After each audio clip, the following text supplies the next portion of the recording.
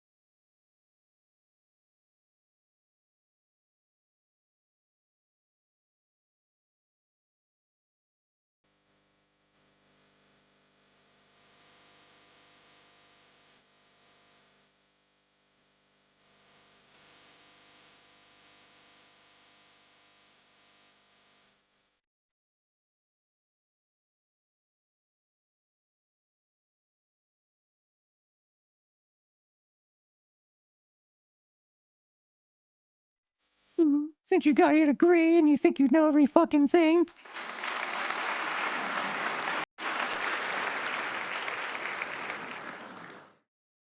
Tell me you're a Bannervader without telling me you're a Bannervader. This guy, Colorless Dreamer, in the chat. First thing they said.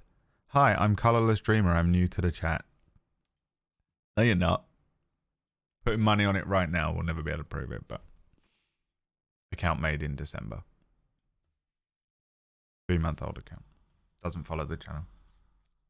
Is trying to goad me into some sort of conversation. I can't tell what they want from me. Hi, I'm Nicky the Newt, and I'm new to the chat. This is my graphic design account. What is your...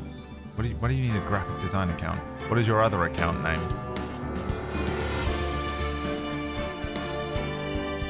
What is your other account name? Why is this not being captured? Oh, right, because we played the other game. There he is. There he is.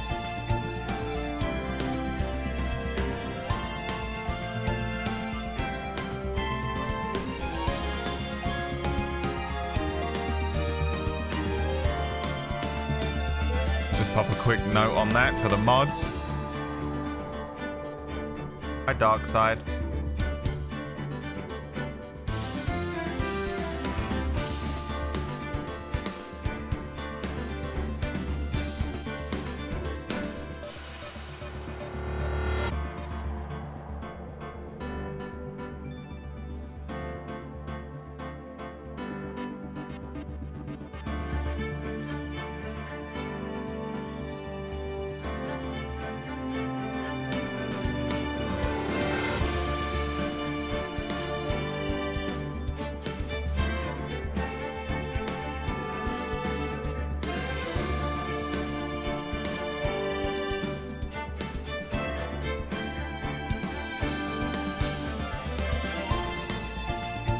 Let's carry on playing this game. Phoenix Wright Ace Attorney, episode 4. My throat is fucked after playing this game. But yesterday we started this next quest, which is the which is a Loch Ness monster. There was a Loch Ness monster murder. What? Yep. You heard me right. And I don't remember what I needed to do, but I think it was... She's being interviewed, isn't she? So, what are we supposed to do then?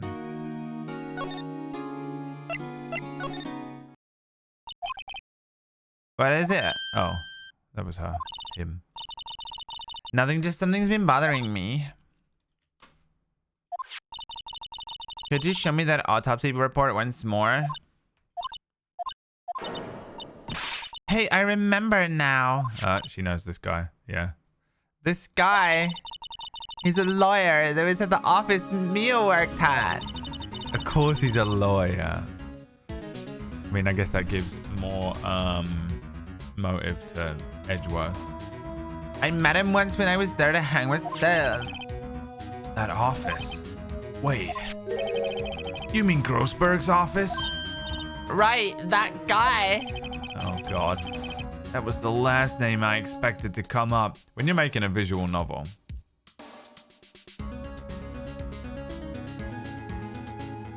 why can't there be more characters? Maybe I should go talk to him for old time's sake. Fine. Didn't get a new painting. Ah, that old familiar clearing of the throat. Your meal something, are you not? I was her understudy, yes, he's right. Oh, that's him. And your meal something too, are you not? Her little sister, yeah. You've grown.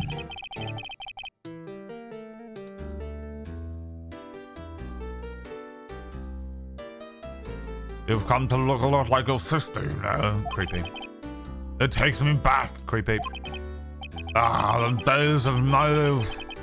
Like the scent of fresh lemon.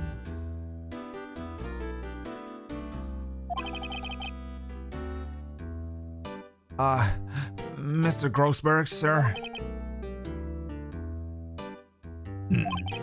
Ah, yes. I beg your pardon, of course you came here to discuss something. What is it then? Is something the matter? Alright. There was a murder last night. A murder? You haven't heard? I have just got up. Well, Miles Edgeworth shot someone with a pistol. Edgeworth? Who did he shoot? Well, the identity of the victim is still unknown. No, it isn't. That's why we're here. This is terrible news indeed. I guess he hadn't heard anything. Mr. Grossberg, whatever happened to that painting? Oh, yes. I do not think it shall ever be coming back home. I can't exactly claim it as stolen. I suppose it's my just deserts. Old bitter deserts. Buy another one, you know? Okay. What are we presenting? The autopsy report? Strange. I feel as though I've seen this man somewhere before. Did you remember? He was a lawyer here in my office. That's Hammond. Richard Hammond. Mr. Hammond? And you say this is the man Miles Edgeworth shot? Bloody Richard Hammond. So this camera on the lake takes a photo whenever it hears an explosion sound. That's what she said. And it just so happens to be set up on the beach. Oh god. My voice hurts so badly. Yeah, she said it was the photographs of shooting stars. Shooting stars, explosions, what's up with nothing? I'd be suspicious of the witness of it all. So this is the moment the crime took place. Yes. You can't really say for sure that's Edgeworth. I'm not sure whether that's a good thing or a bad thing. My apologies, I'm not sure I can help you with that. So you've not done anything to help me at all? Ah, Richard Hammond. Who is this Hammond guy anyway? Mr. Hammond. He's a presenter on Top Gear. He later went on to do DNA research on Isla Nebula. Isla Nebula? I thought it was Isla Sauna. Well, that's what they want you to believe. There are in fact 3 islands, maybe more by now. He was the defense attorney in that case. That case? Yes, the DL6 incident. DL6? Why does that sound so familiar? Perhaps you remember. I'm sure someone mentioned it during the trial for Mia's murder. That was the incident where the police were so at a loss for the use of the medium. Wait, you don't mean... Was that medium my mother? Yes, my dear. The spirit medium, Mr. Faye. Oh, he's starting to become... Why does he always eventually become Gandalf? Your mother contacted the spirit of the victim. But the case was a loss. No conviction was made. The DL6 incident, yes, happened 15 years ago. A very strange case indeed. They never caught the criminal, right? Correct. Mr. Faye used her powers to connect to the spirits of the light victim. Her testimony that recharges of brilliance one man. But Mr. Hammond won the case, and the suspect was declared innocent. Wait, you were defense and prosecution? This company was the defense and the prosecution in this case? Why did everything happen 15 years ago? Because everything is somehow connected to this same case. Somehow everything is connected in all 5 of these fucking trials. This is absurd. And the police blame my mother, calling her a fraud. You were the one who helped her out then, right, Mr. Grossberg? Oh, yes, quite. Thank you. No, please, don't mention it. DL6. Never thought I'd hear that name again. But wait, what does that case have to do with Mr. Edgeworth? It has everything to do with Mr. Edgeworth, my dear. The victim in the DL6 incident was none other than his father, Gregory Edgeworth, of course. What? His father? If you want to know more, you should ask him yourself.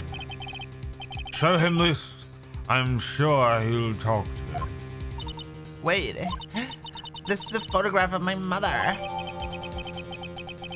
Misty face photograph added.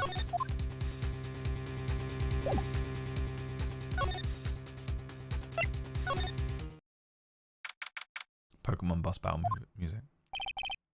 What's this? I was hoping you'd forgotten about telephone. I was hoping you'd have gotten my message the first time. Edgeworth. What about your defense? It's no concern of yours. I guess he hasn't found anyone yet. Wait.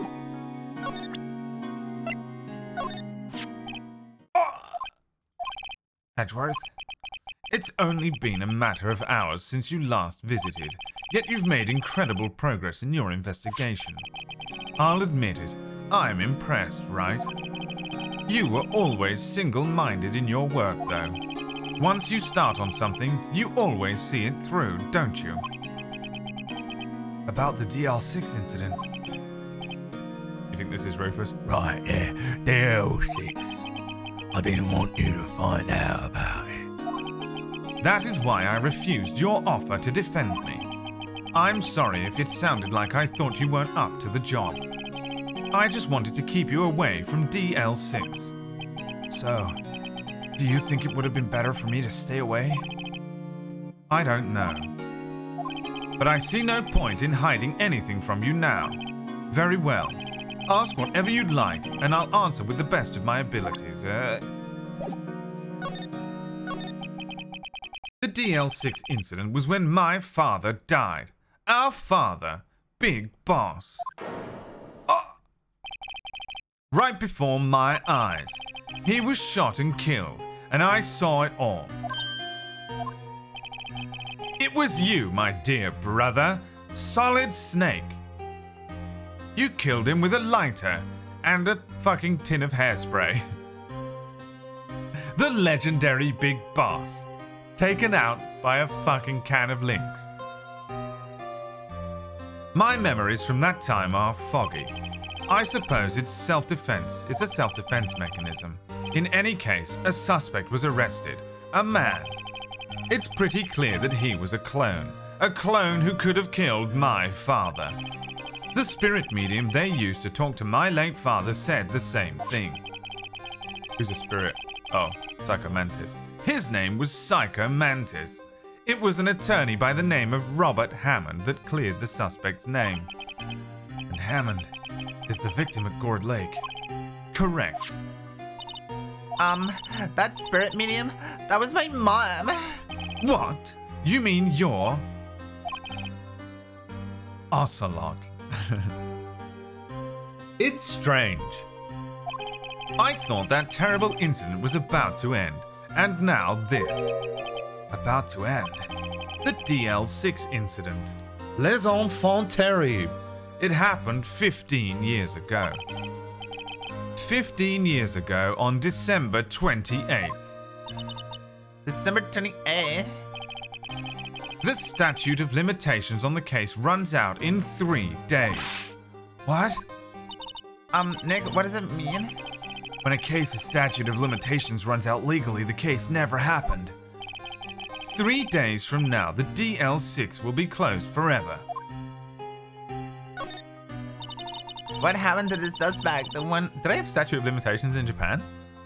I thought it was just an American thing. The one who got off as innocent. I don't know. He disappeared from public view. Nobody knows where to. If he's still alive, he'd be about 50 years old now. I guess I can understand why he'd go into hiding. It'd be hard to live a normal life after being a murder suspect in such a big case. So was your father a lawyer? He was. Gregory Edgeworth. Big boss. He was quite famous at the time, apparently. So were you sort of trying to follow in his footsteps? I'd rather not talk about it. Okay. Well, that's... You said you would talk about anything, and you're a lying piece of shit. What's that? I'm not in the mood for idle banter. Okay, let's see what happens if he says anything about this. Japan has no concept of constructive or imputed knowledge, so the statute of limitations is based on actual knowledge. However, under an absolute statute of limitations, a claim in tort is finally barred 20 years after the tortious act. Okay. I'm sorry. I can't think of anything I want to say about that. Who would have thought there'd be a photo? Edgeworth, did you shoot him? What do you think, right? I don't think you're the kind to point a gun at anyone, no. So you didn't shoot her? No, I didn't. It wasn't me. Right. It pains me to ask you this now. I know, you want us to defend her. Yes. Will you? Who could have guessed this day would come? Not me.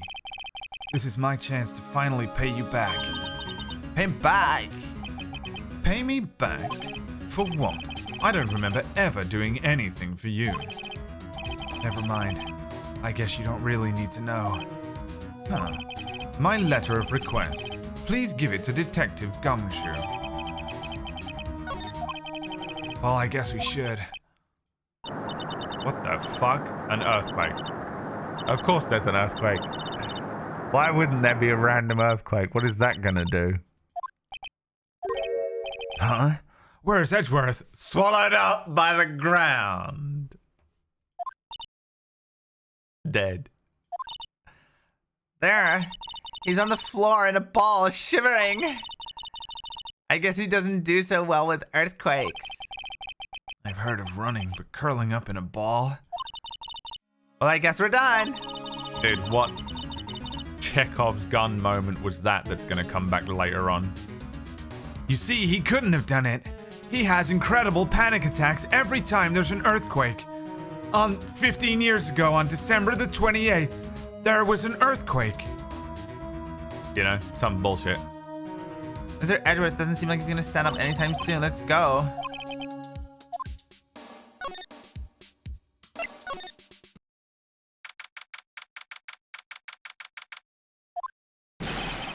What's going on here, see? Whoa! What's wrong, Detective? This wild lady comes in here just a while ago, says she came to talk to y'all after hearing what Mr. Wright had to say. What's this all about, pal? A lot of heart. Why are you going around finding more witnesses? You want to give Miss Wedgeworth the death sentence, pal? No, not at all. Just, I mean, she did see something. There's something I can do about that. I can't go around covering up evidence. You trying to say something about the way I do my job? No, sir.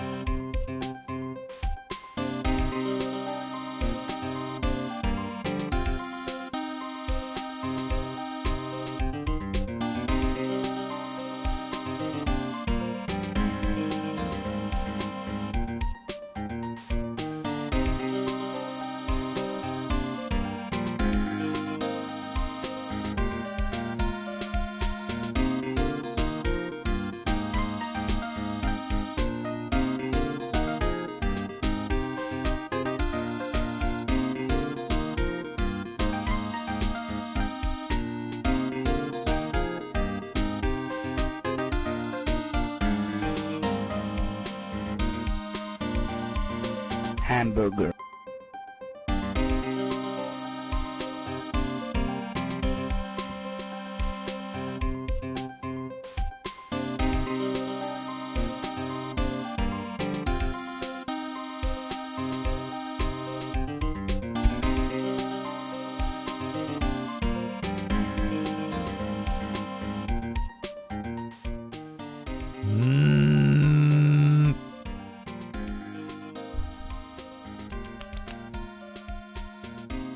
Fucking exhausted as fuck. She got the ick.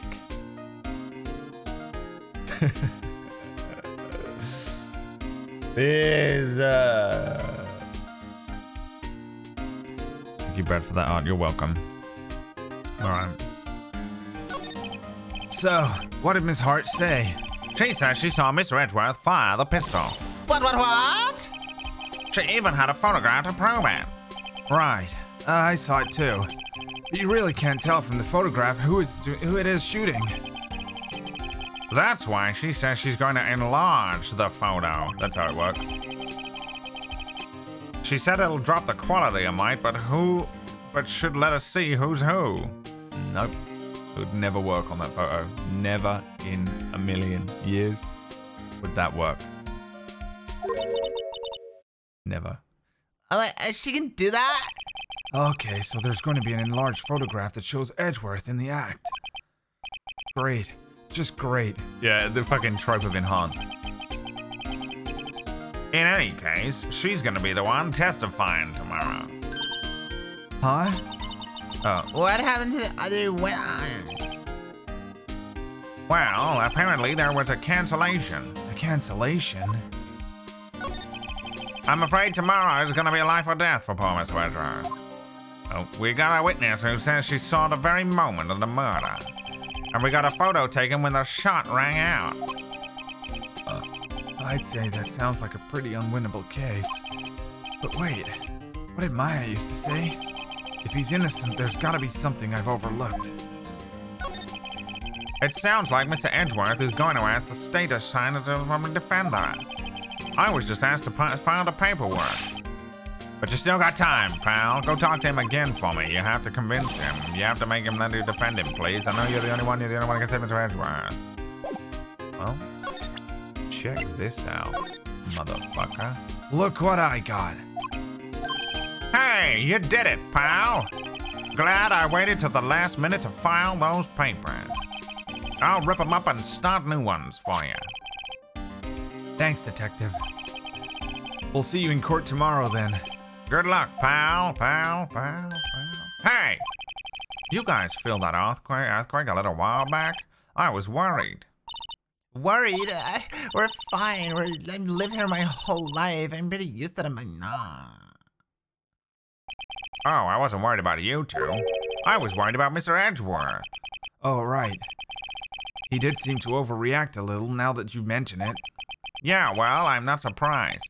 It was a pretty big quake. I'm gonna go check on him. You two go and eat and get your rest for tomorrow's trial. Don't mention food to me, for fuck's sake. Starving, I'm sure. Absolutely. Hank fucking Marvin. I wonder what it is with Mr. Edgeworth and earthquakes. I wonder. He was never that scared of them when he was in school. Something happened. Whatever it is gonna prove the case. Then again, I only really got to know him in 4th grade. He transferred to another school after that. I wonder what happened to Edgeworth.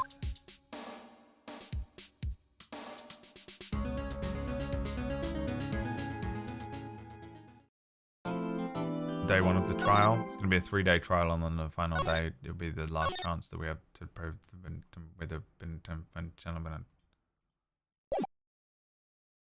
the earthquake did it. The earthquake shot Edgeworth's father 15 years ago. Karma? That's right, Manfred von Karma. He's the best prosecutor there is. He hasn't lost a single case in his 40-year career. He is a god of prosecution, right? A god. Not a single case? He'll do anything to get a guilty verdict. Anything. Sounds like someone else I know, Edgeworth. You don't understand. I mean, he'll really do anything. Manfred von Karma is a man to be feared. That's quite a claim coming from someone who forges evidence. He taught me what it really means to prosecute. What? Just picture a prosecutor as vicious as me, multiplied by a factor of 10. Oh, so is he your teacher? Something like that.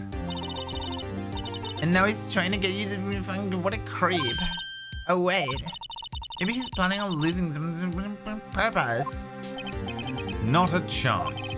He hasn't lost once in 40 years. 40 years! He's as ruthless as me times 20. Kaioken times... That's pretty ruthless. Like I said, he's a god among prophets. Said the same thing 45 times. You know? Just the same thing over and over again. When they say something like that, they dated 90% of the time. 100%. Yeah. 100%. Maya? Oh. We could really be using me as help right now, don't you think? Oh, I can. I'm sorry. I tried. I really tried, but I couldn't reach. You couldn't reach. I think it's because I haven't been training. My powers are weak again. Oh man, what bad timing. I'm really sorry. I'll try my best. I hope so. Dude. Train to the point where you no longer exist and she comes back. What are you whispering about? Oh, it's nothing. Well, it's time. Let's head in. Here we go. Here we go.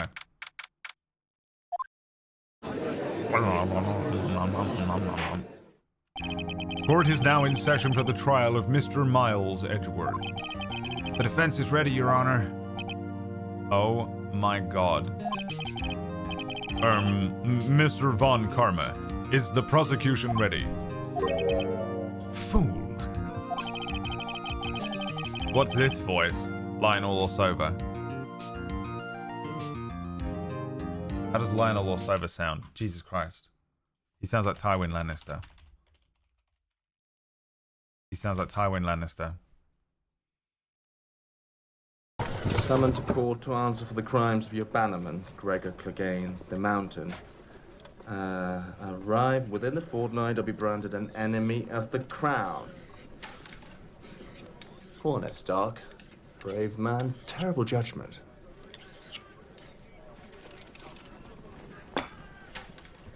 Attacking him was stupid.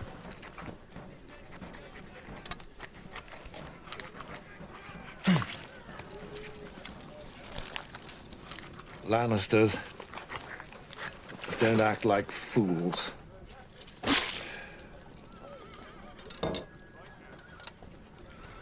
You gonna say something clever? Go on, say something clever. Speaks entirely like this. Lannisters don't compare them. Captain Lannister Stark does took my not brother. play with the sheep. What does he say?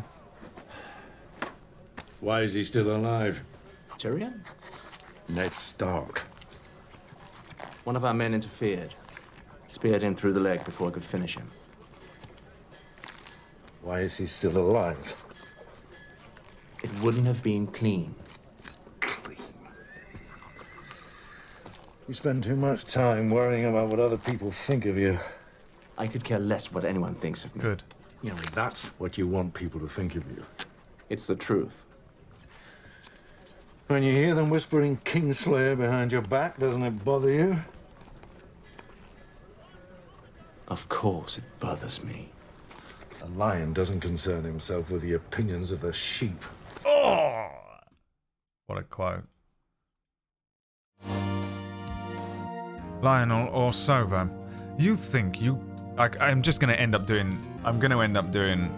I can't do Liquid's voice and not... I can't do Liquid and Lionel or Sova at the same time. Which means he is Russian. His name is something von something, right? He is Transylvania. You seriously think that I would stand here and I am not completely prepared? Just didn't need even to watch the video. Right, my apologies.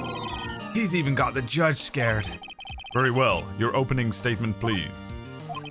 Decisive evidence. A decisive witness.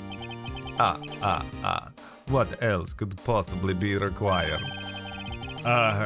Nothing of course. That should be fine. The prosecution may call its first witness. What's with this guy? Is he a vampire? How am I supposed to fight against a vampire? I call the detective in charge of this case, Detective Dick Gumshoe.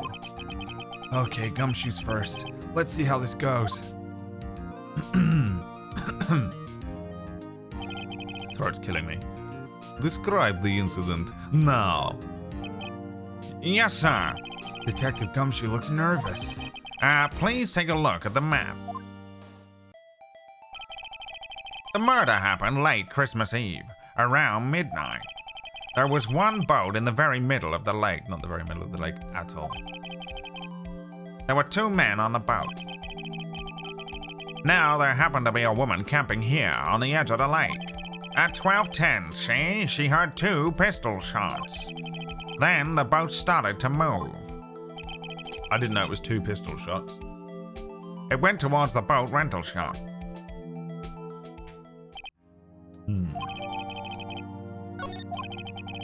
Testify to the court about the arrest now.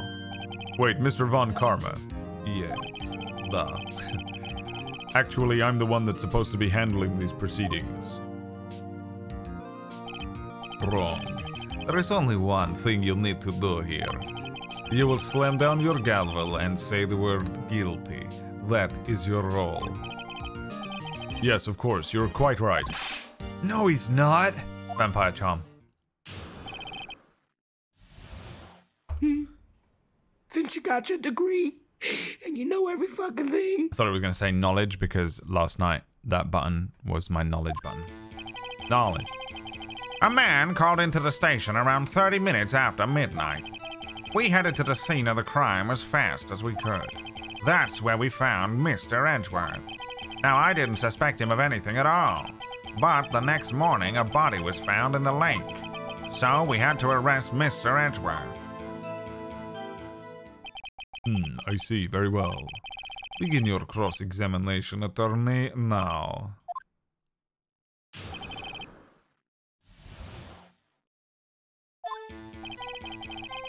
Man called into the station around 30 minutes after midnight. Press him on everything, because I've learned what this game is now. It's just bullshit. You received a call from a man. Yep. But you said there was a woman camping there. She was the one who heard the 2 gunshots, right? Whoa. He sounds fucking evil as fuck. That woman and the man who called in the report are 2 different people, obviously. Different people?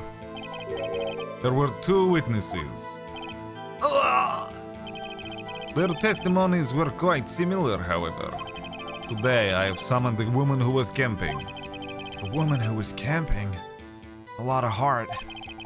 What happened next, detective? Actually, it's good that I'm doing some Russian voice fucking practice, because that is how the Drow speak in Oracle's Rest.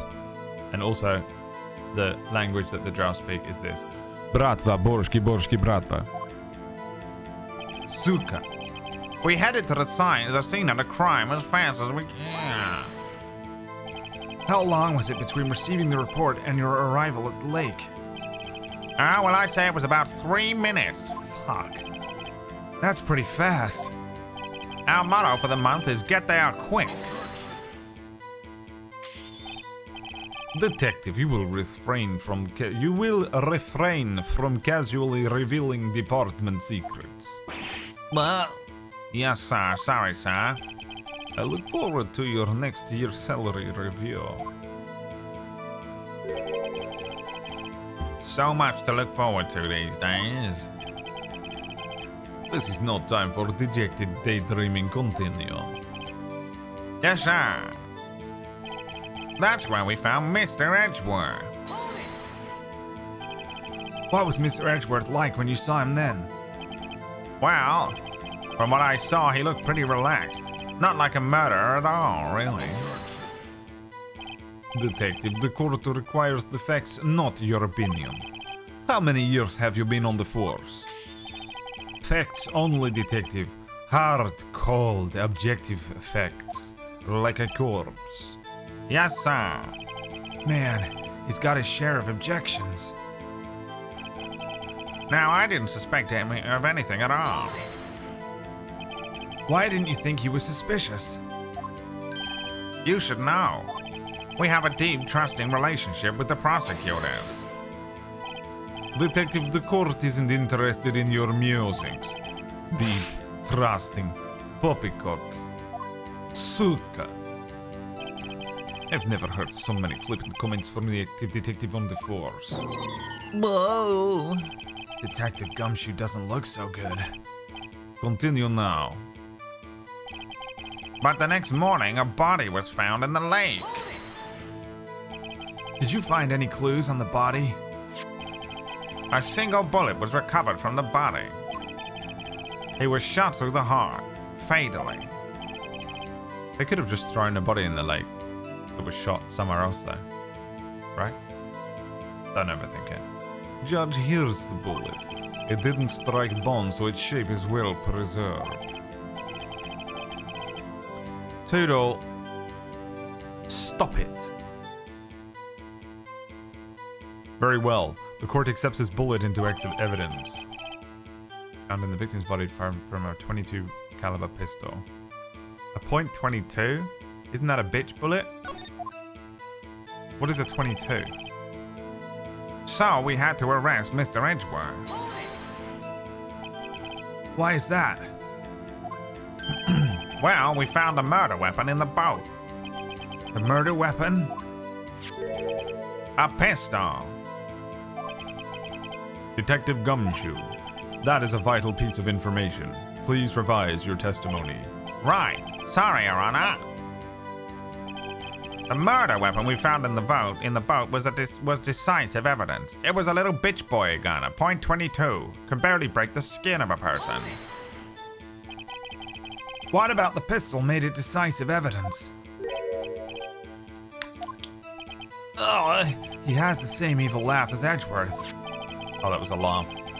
There were fingerprints on the pistol found in the boat. They were clear prints from Mr. Edgeworth's right hand. What? Edgeworth is left-handed. Order! So, Mr. Edgeworth's fingerprints were found on the murder weapon. Yes, Your Honor. Judge, this is the weapon in question. Accepted into evidence. Fired 3 times. Members of the court, we now have the pistol used in the murder and the bullet found in the body. Detective, Yes, sir. was the bullet found in the body fired from this pistol? Yeah, the ballistic markings on the bullet match the pistol. Hey, Nick. What does he mean, ballistic markings? Shocking. To imagine someone here does not know something as basic as ballistic markings. This is you guys in the chat.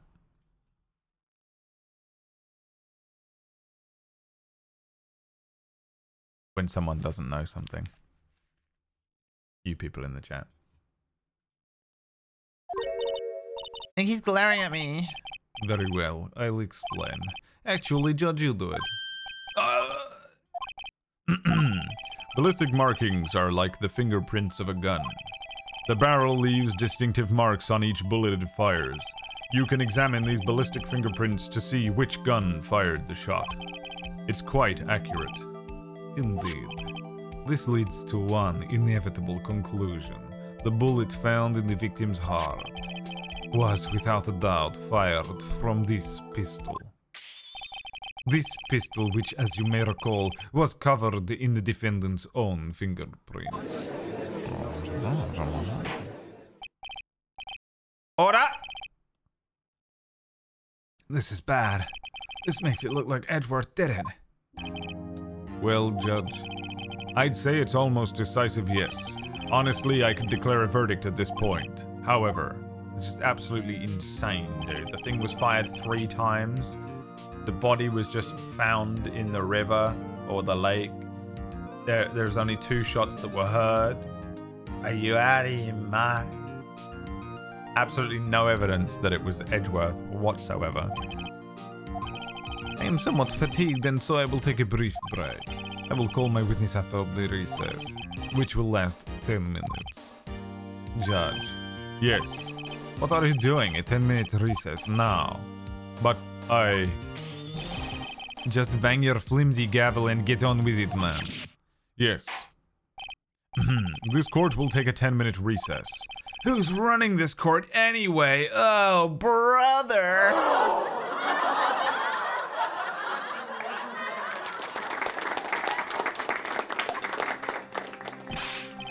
Edgeworth, what's going on here? Your fingerprints were on the murder weapon. And that foggy photo makes one thing clear. The only one who could have shot that man was the person in the photo. True. Was that you in the boat? Yes, it was me. What? But you must believe me, I didn't shoot him. Then who did? I don't know. You don't know? Weren't you right there? I heard a gunshot from very close by.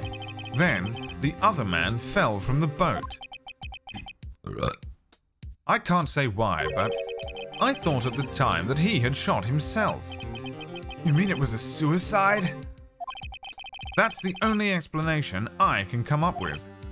How am I going to convince anyone of that? Say, Maya. What? Any progress with Mia? Oh, sorry, it's no good. Ugh. I know. I'm no good for anything, am I? No. If I can't call my sister, I might as well not even be here, right? Well, actually, you don't know law, you don't have any trial experience or techniques. Yeah, you're pretty much useless, but I can't say that. It's okay. You don't have to say anything. Your face said it for you. Whoops. No, of course, we I'm sorry. It's okay. I don't know anything about trials or defense. What's more, I'm a spirit medium who can't even contact spirits. Everyone has their off days. I mean, I've just been getting lucky lately. But you never know when my luck is gonna run out. Really? Whoa, right. Don't jinx this case any more than it already is. It's bad for my heart. Oh, sorry. Whoops.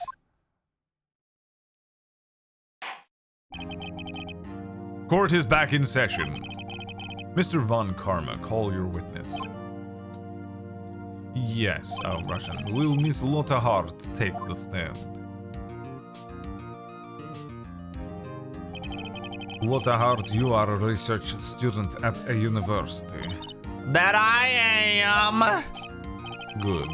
Begin by telling us what you saw tonight at the incident. Don't add anything trivial or subjective, brother.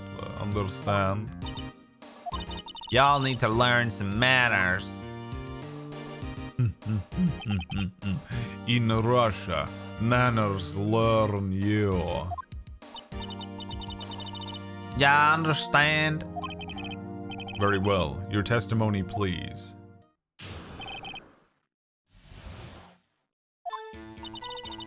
It was Christmas Eve, just after midnight, I reckon.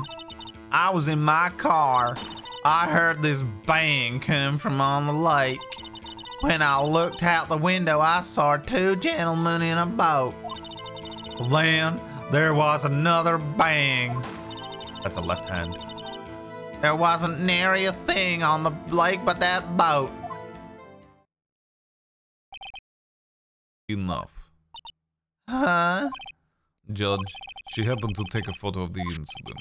This is that photo. Accept it as evidence. Well, this is a surprise. This looks like the very moment of the murder.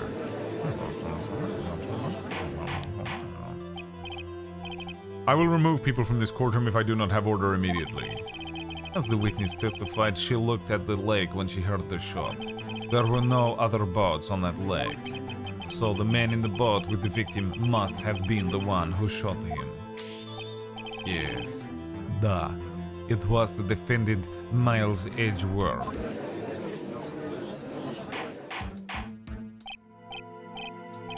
Order! Order! Well, Judge. The evidence is decisive. I have very little doubt about this case. I have so many questions. Very well, this court finds the defendant. Wait, Your Honor. I haven't cross-examined the witness yet.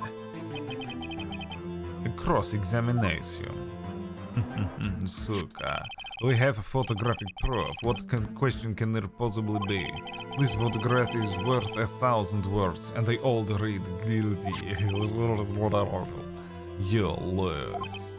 Or do you claim to have found a contradiction in her testimony? Very well, if you have to, you may cross-examine the witness. You will only flounder and ask meaningless questions. You will fail to find anything. And then, I will have you held in contempt of court. Nicholas contempt.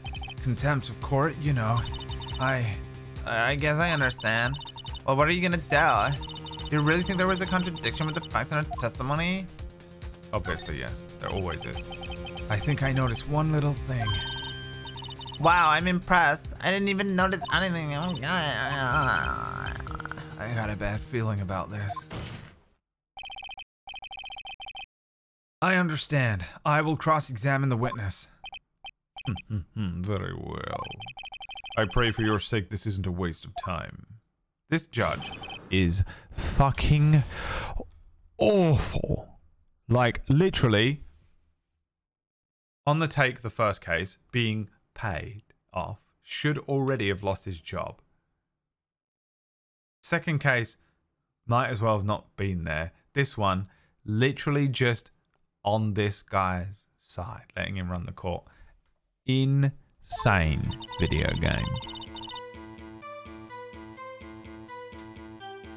It was Christmas Eve, just after midnight, I reckon. Wait. Yeah, I can't really question that. I was in my car. I heard. Why does her face do that? Lie. Are we supposed to be looking at their faces in this? Have I just figured that out? Why were you camping there anyway? I'm a research student at the University. I was taking pictures to use in my research. What research? This all sounds suspicious. Miss Hart, could you be more specific about your research? Da, suka, blah. What does the witness motive in camping by lake have to do with this case? The answer is nothing. I object to this line of questioning. Objections sustained. Wait, I'm the one who says that. Well then say it already. Objection sustained. Thanks for nothing, Your Honor. I heard this bang come from up the lake. When I looked out the window, I saw two gents in a boat. There was another bang. Were you watching the very moment the shot rang out? Well, yeah, sure. You're asking meaningless questions. Meaningless. Contradictions, Mr. Wright, not meaningless babble. On Karma, I think I hate you. He's trying to keep me from talking to the witness. To what end? There wasn't nary a thing on the lake but that boat.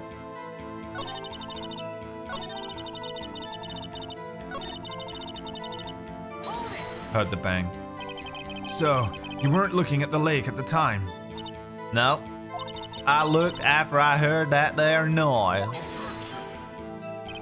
She said that already.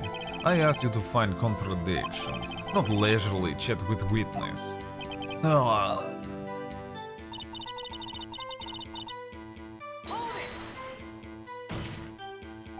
Did you clearly see the two men? Just look at the picture, clear enough. Uh-oh. Wait a second. I wasn't asking about the photo. I was asking if you saw the two men. Yeah, well, of course. The witness has testified that she saw them. There's also a photo. You'd best look elsewhere for your precious contradictions. He jumped in quick. He's hiding something. Then there was another bang, which we pressed her on. There wasn't nary a thing on that lake but the boat. Are you sure about that?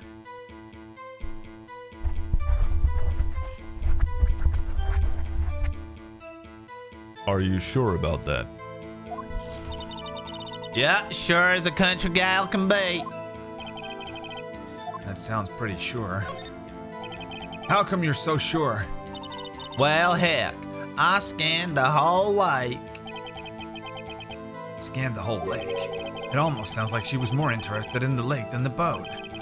Miss Hart, you... Mr. Wright, Borski Bratva, the witness has answered the question in full. No need for further questions. Objection sustained. That's what I'm... Sustained. Yes, of course. Oh, brother.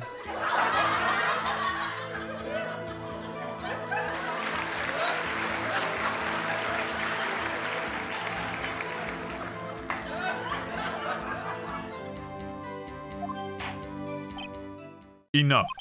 I think we've heard all we need to hear, Mr. Wright. It seems you are unable to find a contradiction in the testimony worth noting.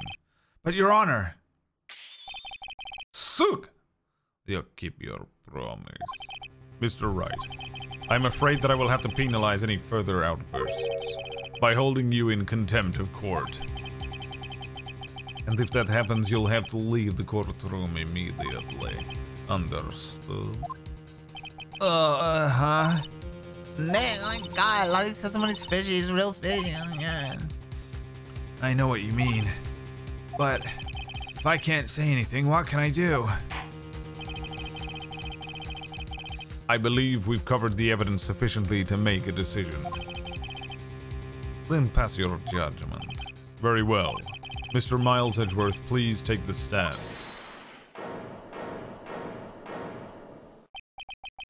Who was that?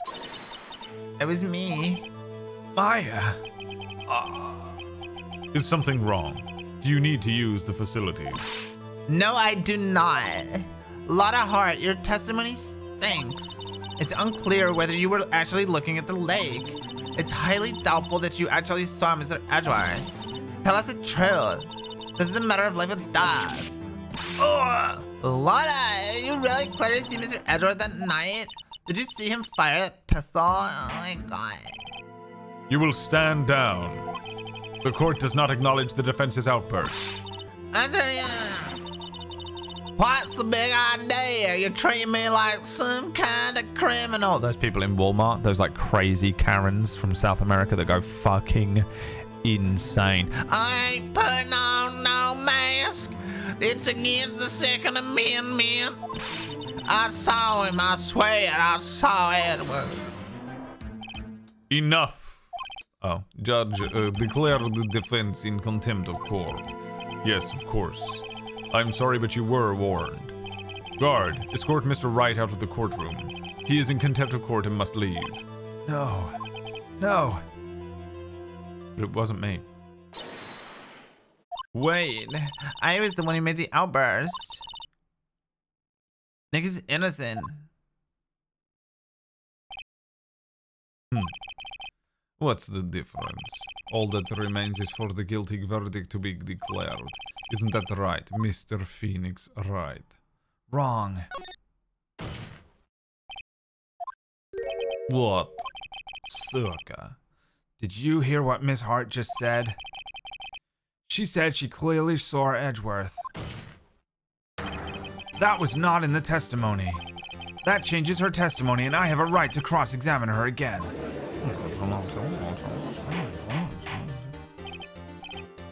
South America? From the American South, I think you mean. Oh, sorry everyone. Sorry. Sorry everyone, I fucked up. Oh, well, see you later, I guess. Oh, fuck me, I'll kill myself. See you later. That's the end of the stream. Bye. Holy shit, dude. Jesus Christ, who cares? Did you know what I meant? Did you know what I meant?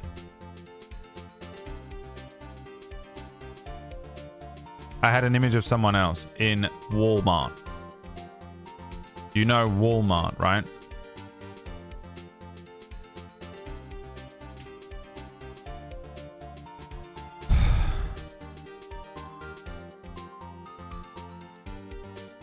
The worst person. Officially, you've been knighted as the worst person in the chat room. You're in contempt of court. It's too late for wild claims. Judge sustained my objection. Can't stand up to him. I'm sorry, Mr. Von Karmer, but I cannot. What? Oh, Jesus, Cooge.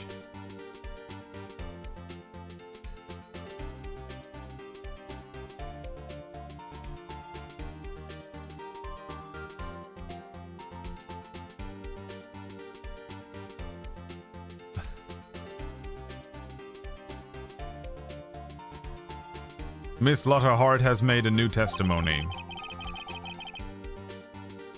The defense does have a right to cross-examine her again. But he is in contempt of court. No, I am. If you're gonna arrest someone, arrest me. Very well. Maya Fey. You will leave the courtroom immediately. Nick, I did what I could. You have to do the rest. Good luck.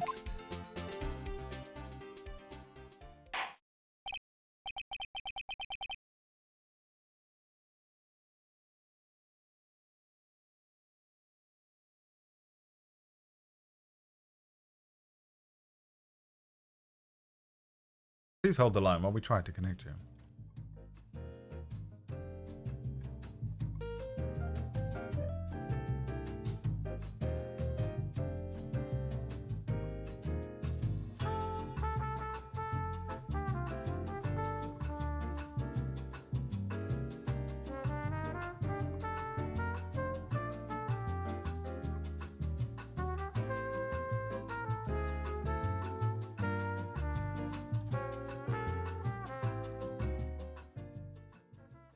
care not for this melodrama.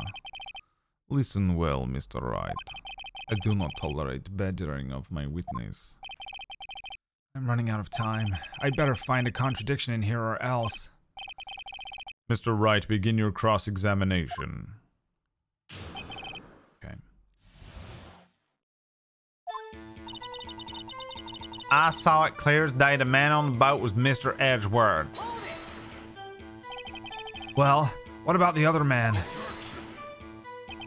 You cannot expect to be allowed to blithely ignore your promise, Mr. Wright. I believe you claimed there was a contradiction in the witness testimony. We'll find it, if you can. Mr. Wright, I have to assign you a penalty. What? How is this not a thing we can press her on? If she can see him, she can see the other guy. Damn. That's it? Oh, I don't know if I can find anything in that. But I can't squander Myers' efforts either.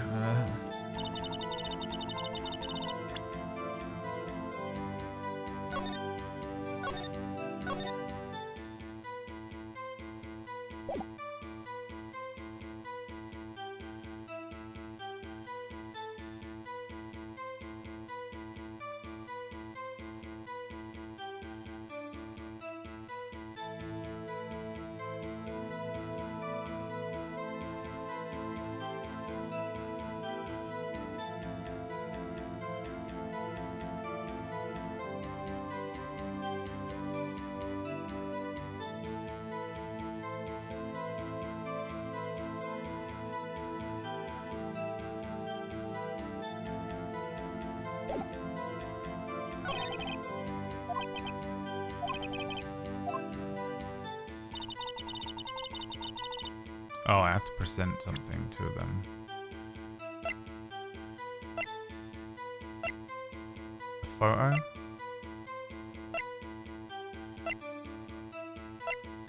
I mean, it has to be this, but...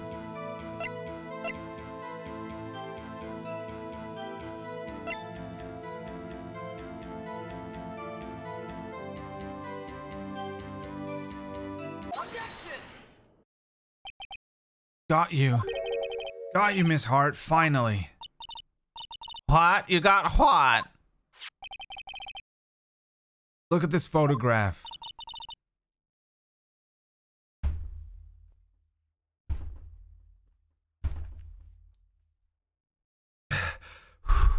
Swallowed it down. Whew. The photo I took. The very same. There's something I want you to see in this photo. It's quite clearly visible. The fog, Miss Hart. So? This picture was taken with professional, high-quality film, correct? Yet even I could not capture the faces of the men on the boat. Yet you claim you saw Mr. Edgeworth. How? What?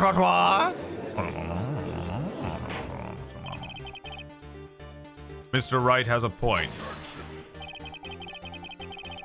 That's why I told her not to say that in her testimony, please. Yet now she has said it, Mr. Von Karmer. How could you possibly see Mr. Edgeworth? Explain yourself. Miss Hart, What? did you see the defendant that night? Of course I said I could, and I mean I could. Then testify as to the circumstances of your sighting. I did it. I finally found a hole in Von Karmer's carefully vague testimony.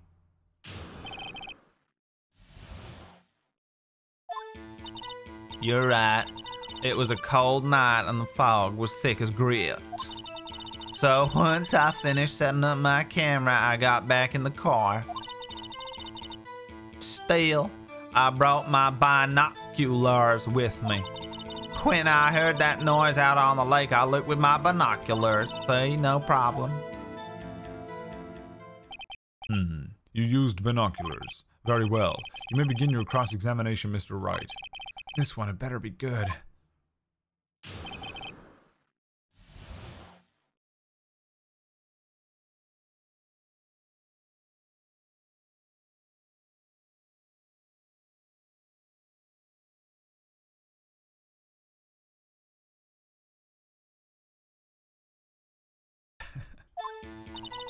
One second.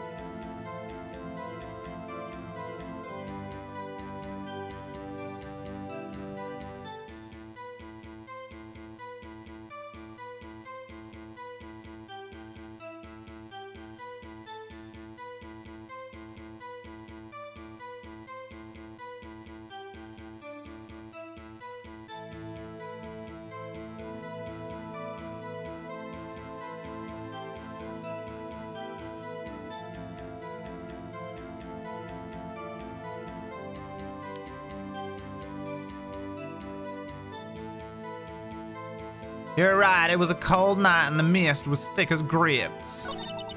So once I finished setting up my camera, I got back in the car. Still, I brought my binoculars with me. Can I press her on that or am I going to get in trouble?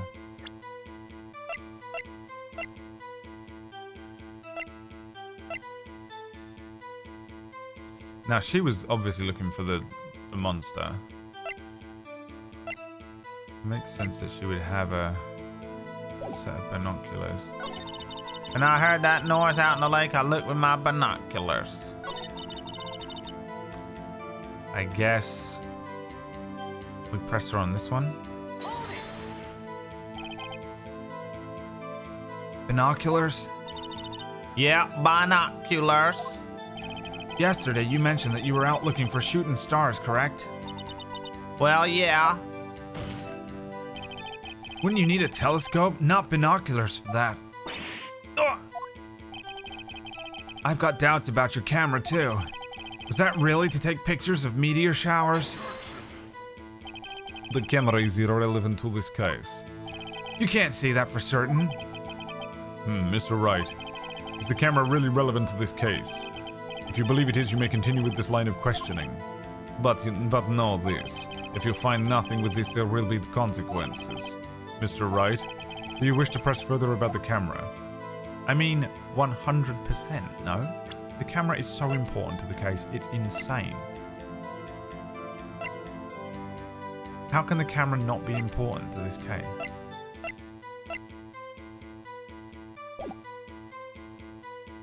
Fuck it. This is make it or break it time. The camera is of utmost importance, Your Honor. It is perhaps the key to this entire case. Therefore, I will continue my line of questioning. Wow, maybe I went a little overboard there. Very well. Ms. Hart, you will testify to the court about the camera. Yeah, I hear you. The camera was set up to take pictures of a meteor shower.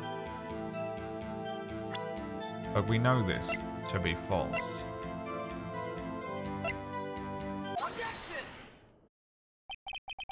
You were photographing shooting stars? That's a lie. Says who? Take a look at this photograph.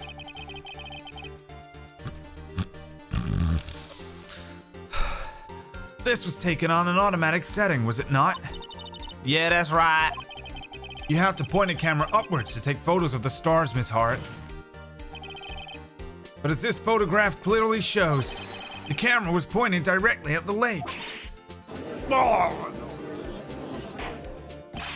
Mr. Wright, what are you driving at? The witness was not at the lake to photograph the shooting of the stars, Your Honor. Well then, what exactly was she photographing? Your Honor, take a look at this. What was Miss Hart trying to photograph at the lake?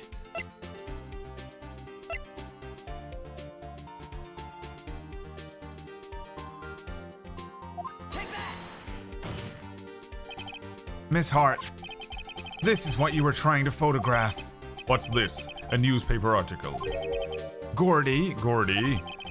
Ah, the sighting at Gort Lake. Well, Miss Hart? I never heard of no lake monster. You got proof for something? Let's see you prove that I was down at the lake trying to photograph this Gordy.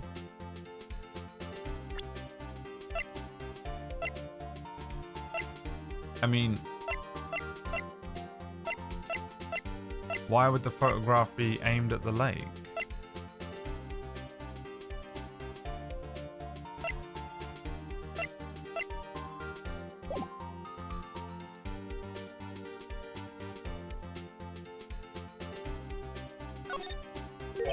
I have it. Proof. Intriguing. Very well, let's see it. And no joking around this time, please. What proof is it the witness was trying to take the monsters? I mean, this is the proof. Here's my proof. It's simple. If it's simple, then why have you obviously made an error, Mr. Wright? Oh my god, dude.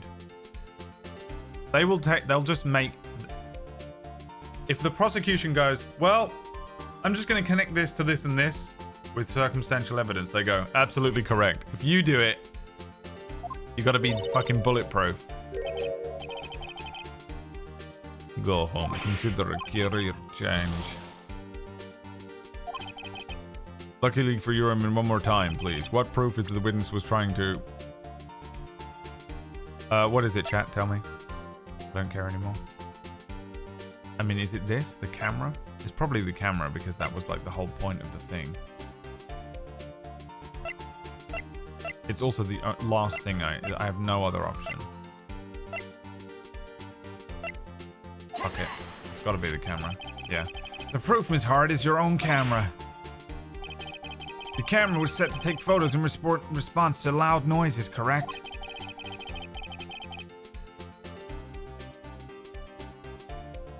Thus, the photograph here was taken when a gun fired on the lake. And here, this article about Gordy. According to this article, Gordy made a loud noise when it emerged.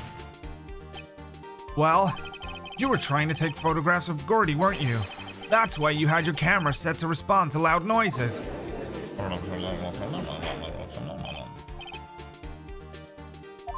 I see. I too thought it was a little strange. Yeah, sure. Well, Miss Hart,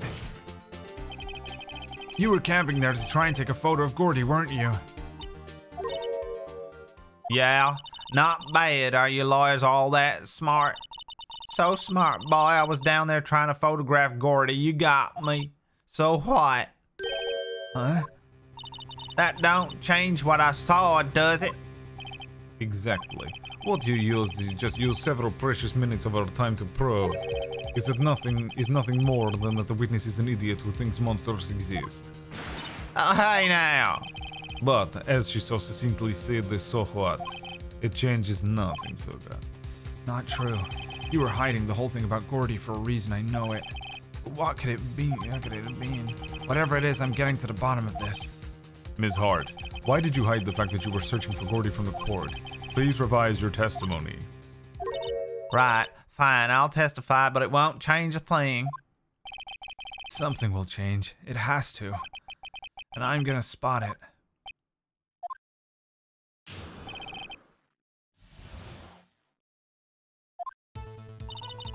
Actually, I'm not a research student at a university.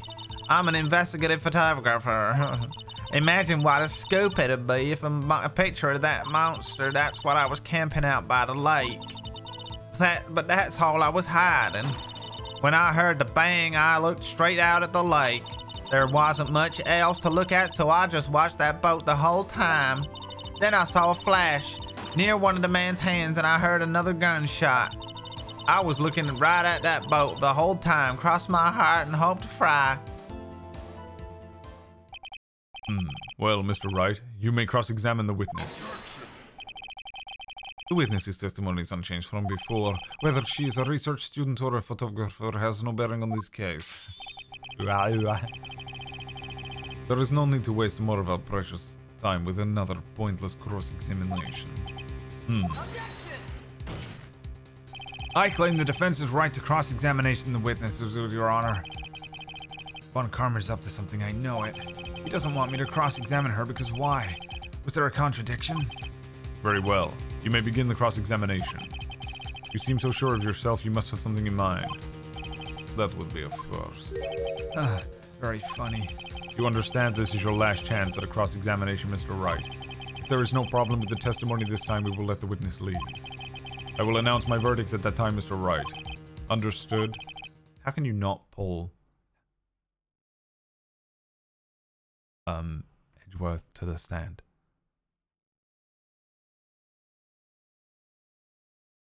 Why would they give a verdict without?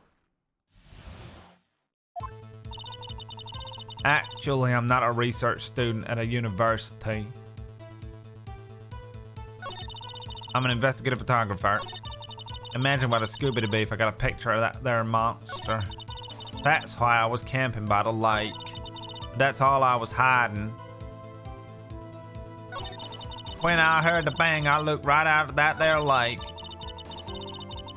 I watched that boat the whole time.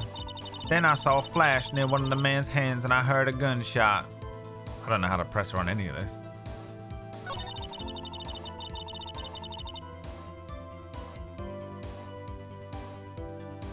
trial is 3 days max and everyone is allowed to commit perjury. Yeah, it's fucking weird as fuck.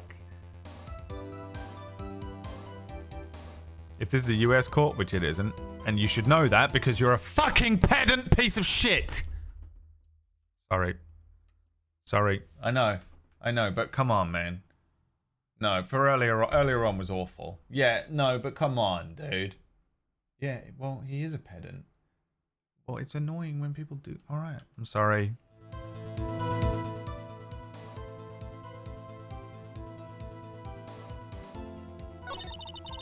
I guess I'll press on this first. Exactly what sort of sound was it? Well, I ain't never heard one before, so I can't say for sure, but it sounded like a gunshot. It was a lot sharper sound than I would have expected. Yeah, poppers.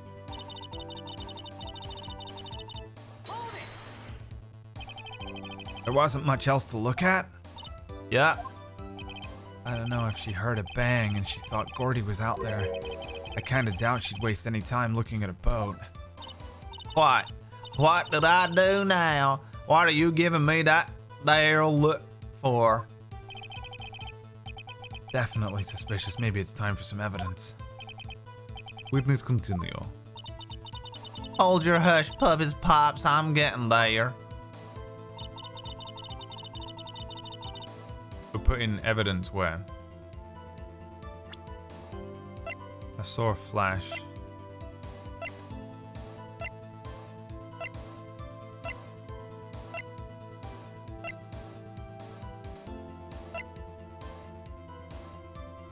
I got no idea.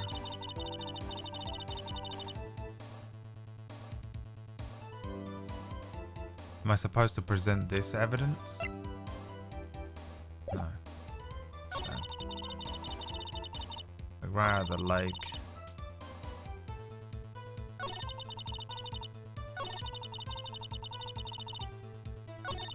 Yeah, I'm thinking the 3 shots is the key, but I'm not a research student, okay? I'm an investigative photographer, okay? Imagine what a scoop it would be if I got a picture of that monster, okay? That's why I was camping by the lake, but that's all I was hiding. I heard the bang, one bang. I looked at the lake. There wasn't much else to look at, so I just watched that boat the whole time. Then I saw a flash near one of the man's hands, and I heard another gunshot. Fuck! So she only heard 2 bangs. But it's been fired 3 times, and there were poppers.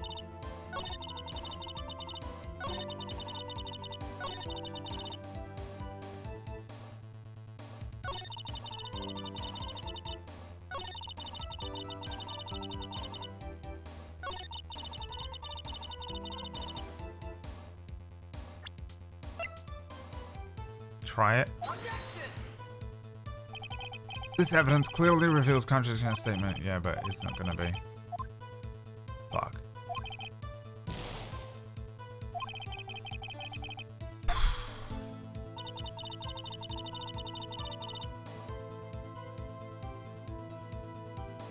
Did I press this?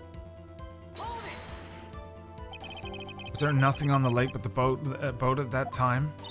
Huh? Wait, so you're thinking maybe he was shot from some other place? I don't think so, no. The lake was smooth as glass and nobody was on the shore neither. I better find some sort of contradiction in this testimony. I won't be able to beat Von Karmer any other way. There has to be something.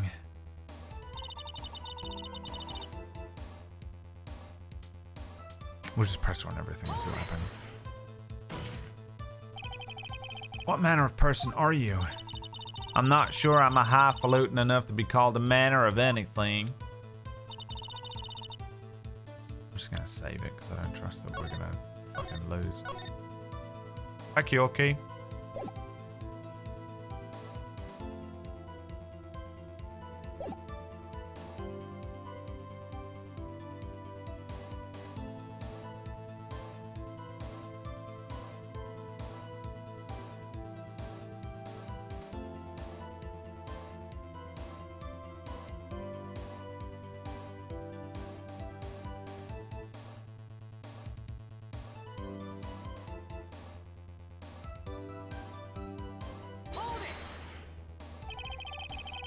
An investigative photographer.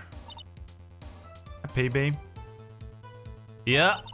You get your photo and you sell it to the press. It's that kind of business. Hey, I was taking pictures at my sister's graduation last year. And guess what? What? There was a UFO. UFO. Just hanging in the sky. A UFO? You know, an unidentified flying object, a UFO. That's when I had a sort of revelation. I knew I should become an investigative photographer. I see. Kind of a shaky basis for a career. Radiation. Imagine what a scoop it'd be if I got a picture of that there monster. Is Gordy really all that newsworthy? Heck yeah! They even had him up on the TV. I can't be shouting, my voice is so fucked. I'm not sure that appearing in the local news' rumor of the month segment qualifies. Last month's segment was a Bigfoot sighted on an acorn hill. Acorn. Hey, they had a picture of him in the newspaper for real. Mr. Wright, this is one fight I do not believe you can win. Let's keep moving, shall we? Yes, Your Honor. That's why I was camping out by the lake. That's why you put the automatic sensor on your camera? Yep, borrowed it from a university professor. It analyzes every sound it picks up, and when it gets a bang, It snaps a shot. yep. So, how many pictures has it taken so far? The only time the camera triggered was that night. But that's all I was hiding. I think it's time you told us why you felt you had to hide your true purpose at the lake. Heck, if I got word out that I was up to be swarming with competitors. Competitors? Yeah, second-rate shutterbugs trying to steal my scoop. Is that the only reason you were hiding the truth? Well, actually, Mr. Wright, I shall not have you asking questions with no relevance to this case, Borski. Whatever you say, Von Karma. I know you told her to keep quiet. when I heard the bang, I looked right straight at that there lake. Exactly what sort of sound was it? Well, I ain't never heard it before, so I can't say for sure. It sounded like a gunshot. We heard this one. She already said this. Wasn't much else to look at, so I looked at the boat the whole time. We pushed on this already.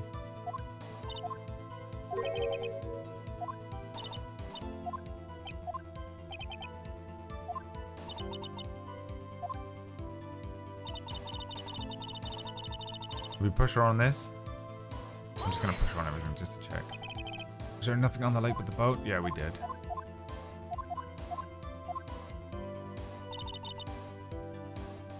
I have fucking no idea.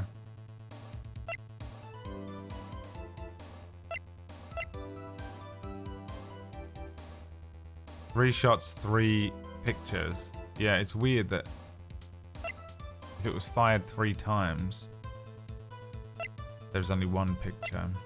But I don't know how to get the game to fucking answer that. I guess we could present the camera at one of these. She had the first bang. There wasn't much else. And I saw a flash and I heard another gunshot. Let's try it.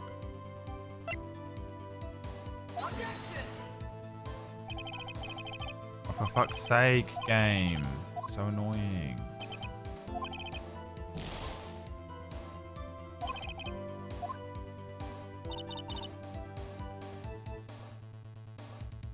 How is this not?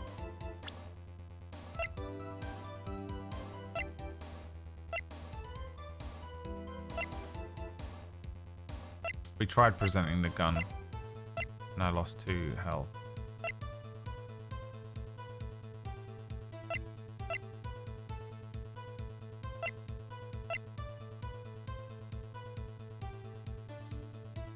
We'll try the picture. Your Honor, what do you think about the witness's statement? Here we go. Jesus fucking Christ. They were all the same, by the way. It's the same piece of evidence. You just have to click the correct one. I'm not sure I follow.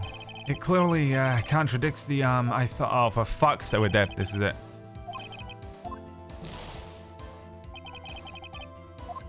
Now what happens? We've never died before. This court sees no reason to further prolong the trial, nor is there any need to decide the cause.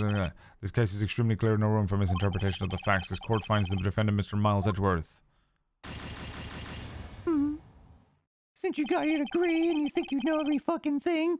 The accused will surrender to the court immediately, to be held pending trial at a higher court within a month from today's date. That is all. This court is adjourned. Game over. Well, just literally whips you back to the fucking title menu. Okay, let's just quickly,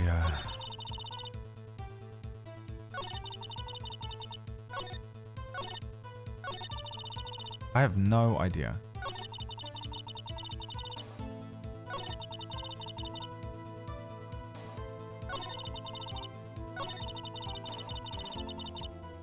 When I heard the bang, I looked right straight out of that lake.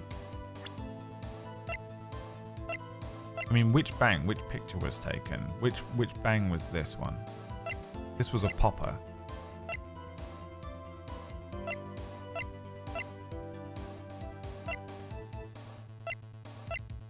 The first picture was taken by a popper going off. Does anyone know, by the way? You can answer the question. I have no fucks to give at this point.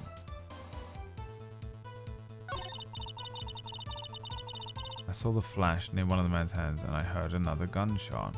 I mean, how is this not just like... There are so many contradictions. You could place almost any of these. I know, but no hints. Me. Just tell me the actual answer, please. Aura. Well, I know what it is, but I'm not gonna tell you unless you really want to know.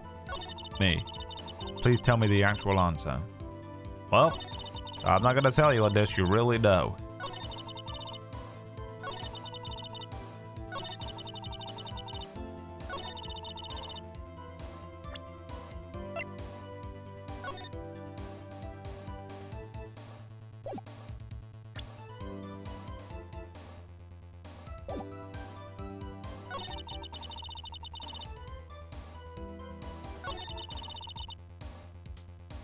Do you think she would really be focusing on a boat if she was there to find the monster?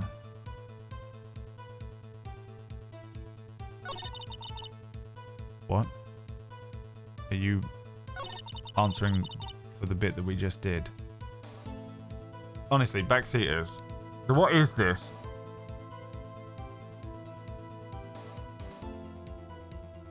People come in all the time. Oh, you just do this and you do that. Where are they when you actually ask? It's the weirdest phenomenon ever. I can't get around, like, my brain can't comprehend it.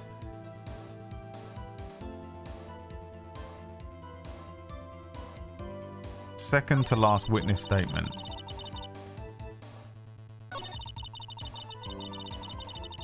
Right, and then what? What are we presenting?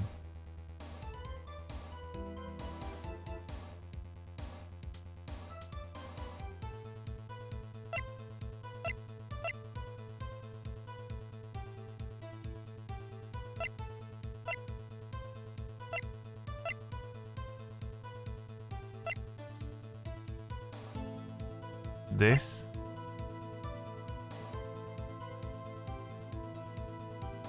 Why would that? There wasn't much else to look at, so I watched that boat the whole time. Did we not already do this? Alright, I'll try it. Miss Hart, were you really looking at that boat? We already did this. What's with you? Of course I was looking at it. It was the only thing out there. Any normal person would be looking at it. I agree. Any normal person would. But you are far from normal. Okay. What? What? You were camping at the lake to take a picture of Gordy. Think about it. We already proved that this is what she was doing. What would you do if you heard a loud noise? You'd be scanning the lake for any sign of Gordy, that's what. You wouldn't give the boat a second thought. Oh my god. Most annoying. Weird repeating thing, isn't it? You testified that you were watching the boat through binoculars. However, you wouldn't need binoculars to watch that boat. You needed them to search for Gordy, and that's what you were doing.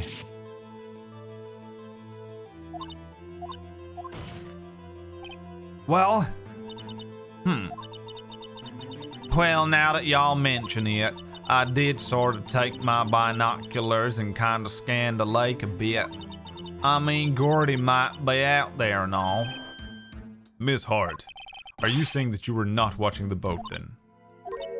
Sorry, y'all. I wasn't fibbing, really. I thought, I could be a witness to a murder and all. I kind of got excited. I was sure I was watching that boat till now. Dude, put her in jail. This is totally uncalled for. But you got the photograph, you got proof. Still, we can't see who is shooting who in this. Right. That's why I took this photograph and... Witness, that's enough. You have had a long day. Shut your pie hole now, blah. Shut my what? What was she going to say? She took the photo and what? Wait a second. Well, she even had a photograph to prove it. But you really can't tell from the photo who is shooting. That's why she said she's gonna enlarge the photo. She said it'll drop the quality, but who's it? She enlarged that photo. Why won't Von Karma let her show it? I've got a hunch. I bet that enlarged photo shows something bad for Von Karma. This is my chance. If I'm wrong, though, it'll mean prison for Edgeworth or worse. What should I do? Game is so stupid. Why isn't all of this stuff already in evidence? You know? All of this stuff should already be in evidence. 100%.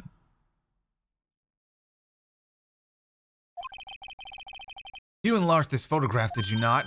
Yeah, I did. Why has that enlargement not been presented to the court? Because it does not exist.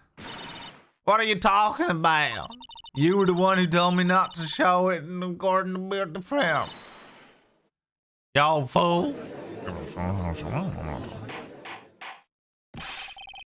What's the meaning of this, Mr. Von Karma? Yeah, Burusuka. Miss Hart. Show the photo to the court. Show us the enlargement. The prosecution objects to the submission of this evidence. Objection denied. The witness will show the enlargement to the court. Here it is. Left-handed. We still cannot see who's firing in this. It could be the defendant, or maybe it's not. Regardless, I'll accept this as evidence. Are you happy now, Mr. Wright? There has to be something. You asked for the enlargement and you got the enlargement. And little good is done in your boss. That's why I requested she not show it. I suppose this means that the cross-examination is over, obviously.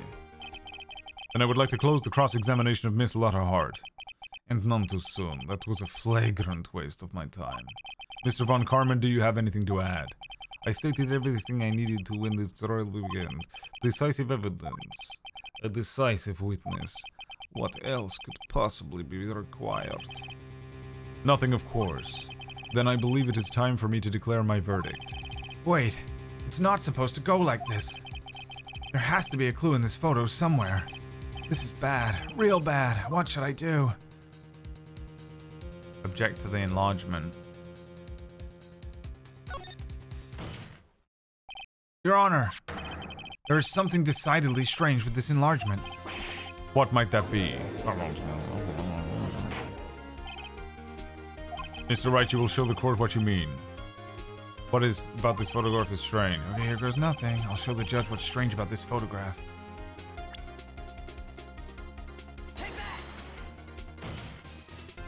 Here, Your Honor. The shooter. I'm not sure I understand. What about the shooter is strange? Look at the hand holding the pistol, Your Honor. The hand. The hand directed contradicts another piece of evidence. This man's left hand does what? Oh. Let me show you. I'll show you the evidence that the left hand contradicts. Uh-oh. Yeah, this one, thank God. The evidence is clear. The man in this photograph is holding that pistol in his left hand. However, the prints on the murder weapon were from Edgeworth's right hand. Ergo, the man shooting the pistol in this photograph is not Mr. Edgeworth.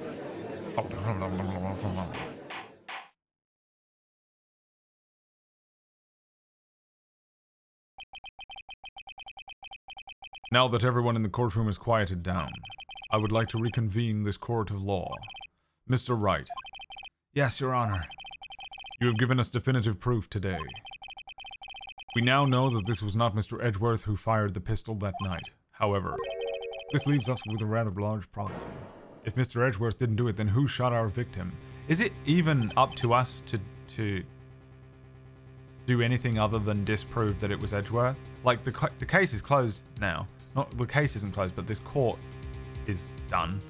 And then maybe if more shit. Now it's up to everyone else to go, and it's so stupid. As we have seen, there were no other people on the lake that night.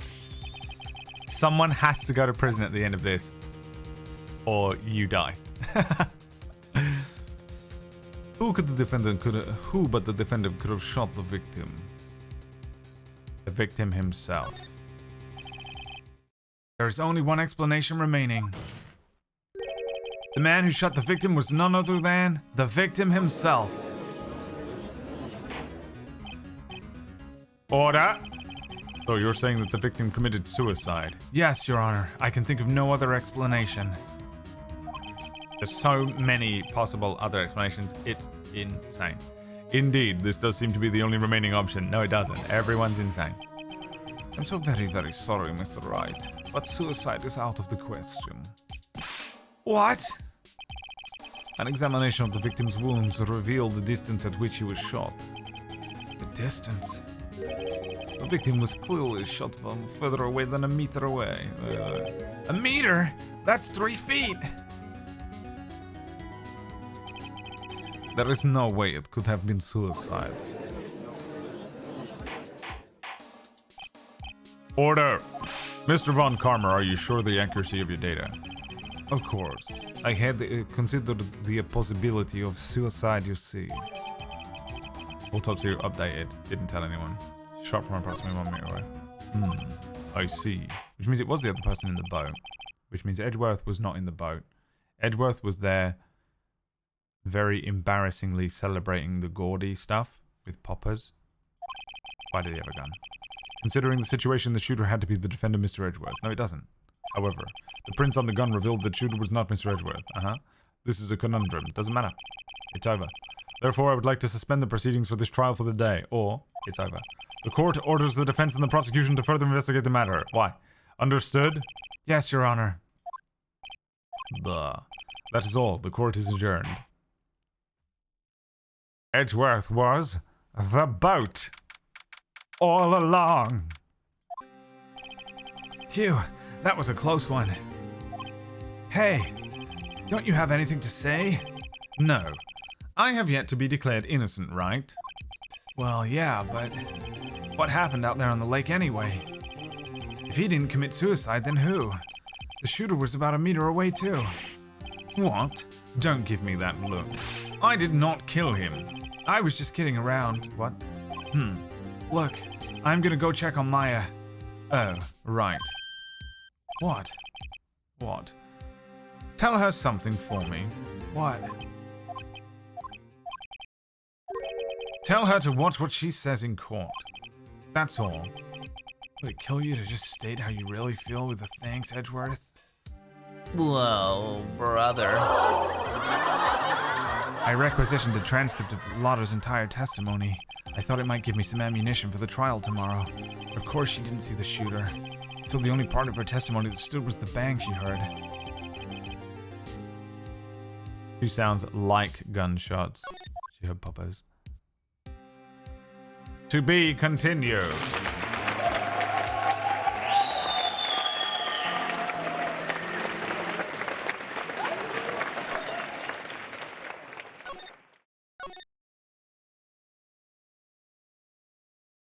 Tomorrow.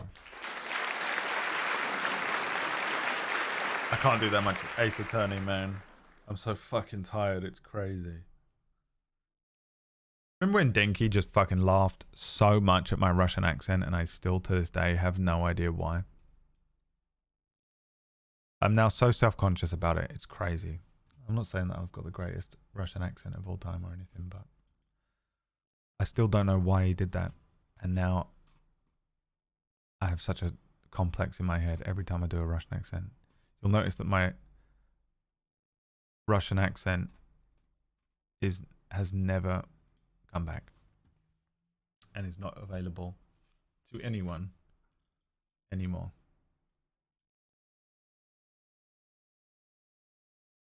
It's time for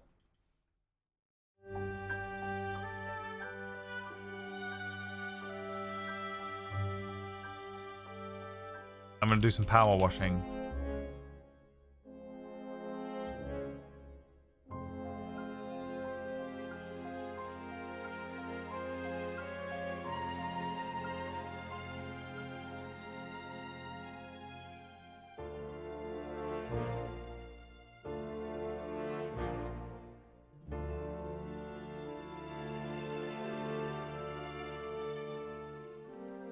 So annoying that this resets every time. Just keep to the theme. What? Why does it struggle so much? Specials. Midgar. Continue the campaign. Seventh Heaven is next. On the cleaning list. From Tifa Lockhart. We've been having lots of trouble with Don Corneo and his grunts for a while, but last night it took it to a whole new level. They stormed into 7th Heaven unannounced, ordered the entire menu twice over and proceeded to spill it on every possible surface. I would have beat the snot out of every one of those thugs right there and then, but then we'd have more trouble with small-time gangsters. Anyway, my friend's daughter Marlene has been hanging out here a lot, so I want the place squeaky clean for her. I do it myself, but it's almost 0 hour on the job and I've got to get over into Sector 1. So blah, blah, blah, blah, blah. Okay. Absolutely, Tifa. I would do anything for you. Anything. I hope the final level is just power washing Tifa.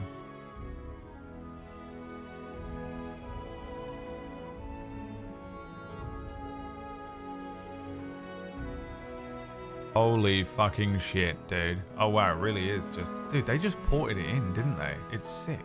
The Barrett's arm. With the fucking Buster sword.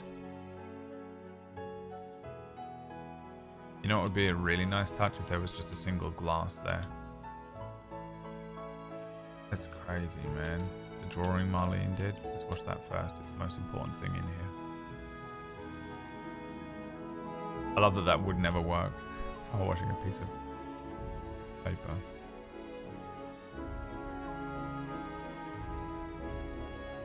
So cool!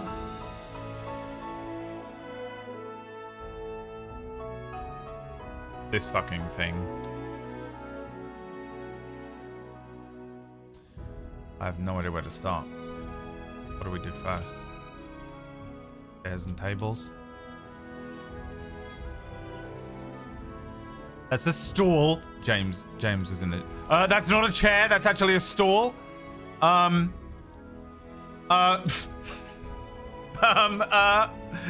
anyone watching this? Did you hear what he said? He said he said it was a chair. It's a stool. Hang on. Sorry. It's just I can't understand a single fucking thing you're saying right now because for some reason you just said that it was a fucking chair. And clearly it's a stool. Why did he say that? Hey guys, are you listening to this? Why did he say that? Guys, what the fuck? He just said that. That's you. It wasn't like that. It's exactly what it was like. And if you don't get called out on it, no one will ever tell you. Listen, You guys don't realize that me being an asshole to you is making you better people every single time you're in this stream.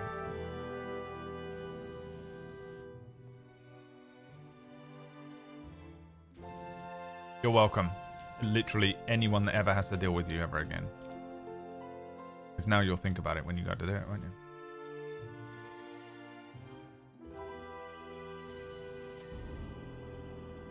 Drink the water. Good idea. My body hurts so badly. You know what hurts the most? These bits. Whatever this is called. Like outer... I don't know. Press-ups and pull-ups. It's killed me. They were still hurting so much. I think the problem is I'm fasting. I realized I need to probably change my fasting hours, which is gonna kill me as well. But the last chance I get to eat is at 11 o'clock at night, which is in the middle of a table story show every time we do a fucking table story show. And that is gonna be really annoying. Just in the final hour of every table story show, I just have to vanish. Go and eat some food. So I'm gonna push it to like 12, I guess.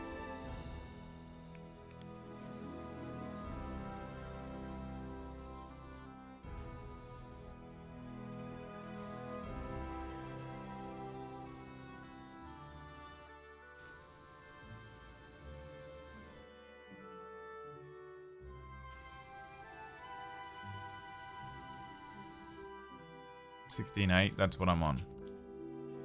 I'm actually on 17.7. I'm better than you.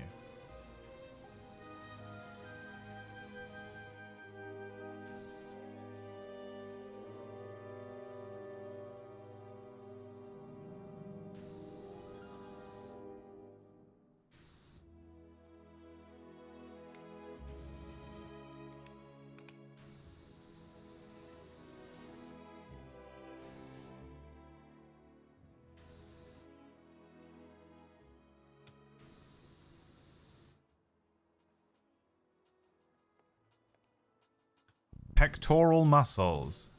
Yes, well done, Hikia. You're doing really well. Keep it up, pal.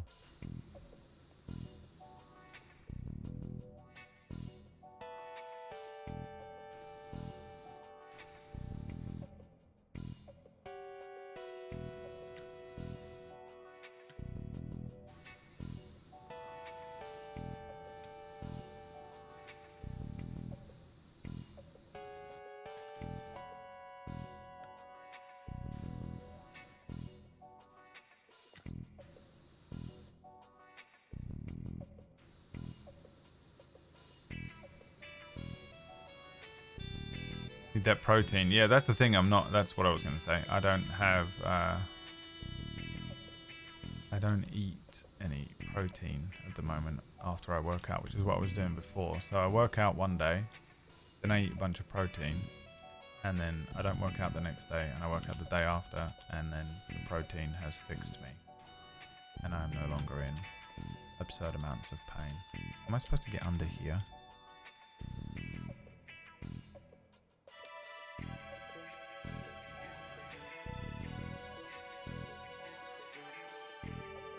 Is the table part of something else? What is it?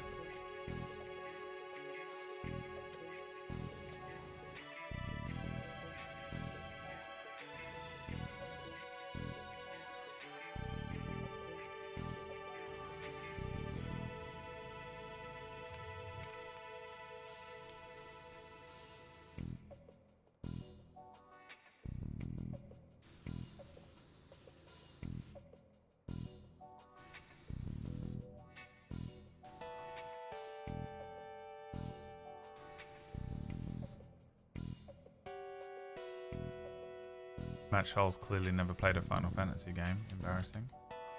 Okay, you don't have to be... you can be sort of outside of the joke all the time if you want. Or you could be like James Gesser, who knows absolutely fucking everything all the time. There are two genders.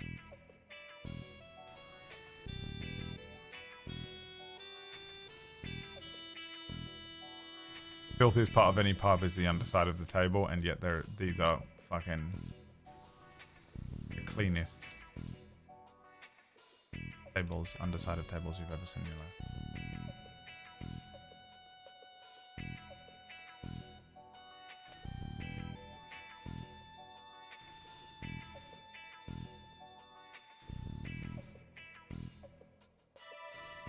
Have to prepare a whole D&D after this. Completely forgotten. I literally haven't even opened my notes since before Christmas.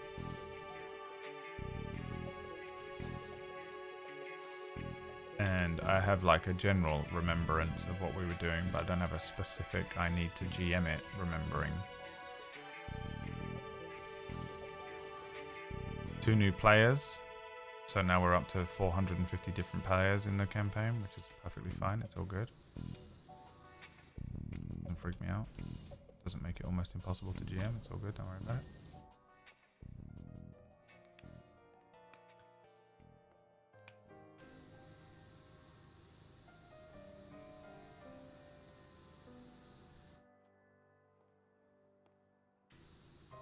They're in the Underdark, which means I have to use my Russian accent. Hopefully Denki's not playing, so I don't have to feel psychotic. I don't have to have a mental breakdown. That time when Denki said my Russian, was just laughing at my Russian accent. Remember? I remember.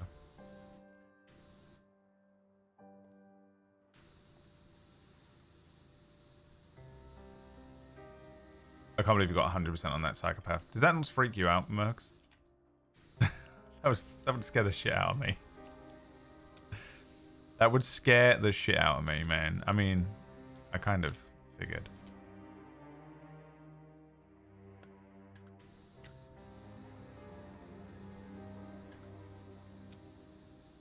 Like, what does it mean? When he says, Ich liebe du. It's not what you think, you know? It doesn't mean the same thing to him. Also, how is he not richer? If he's one of those types. He should have a fucking mansion. Has he got a lot of money in the bank, Modes?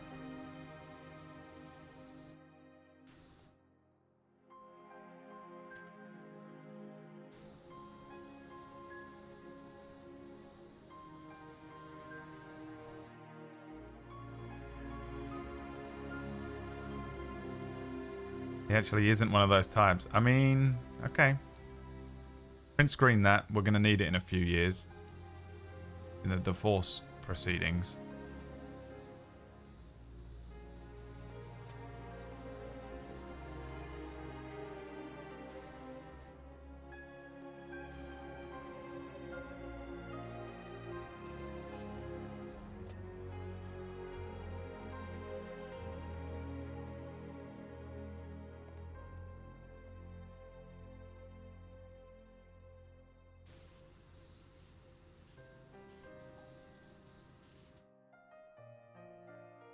Break down the Winnie the Pooh one. What did he get on that? Autism ADHD, wasn't it? I thought he was just autistic. Turns out he's a psychopath. He's Christian Bale. Orkish is Ryan Gosling from Drive. And Denki is Christian Bale from American Psycho. Together, they make up all of Murgle's friends. The horrible realization that Murgles has to come to now. That she can't recognize danger around her. Has no concept that everyone around her is just a terrifying individual. That horrible sinking feeling when you're like, wait. God, those are the worst times as well. When you have that horrible realization that this person who you've been like hanging out with or you know really well or something is just the worst. And you start piecing it all together. The worst fucking feeling, man. And you feel like such a fucking piece of shit because you're like, how did I not fucking pick up on this. And you're like, well, I was obviously deluding myself for some reason. Horrific situation.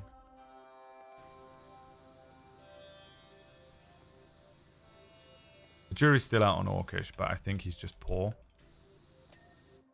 He makes decisions that are questionable because of that reason, you know?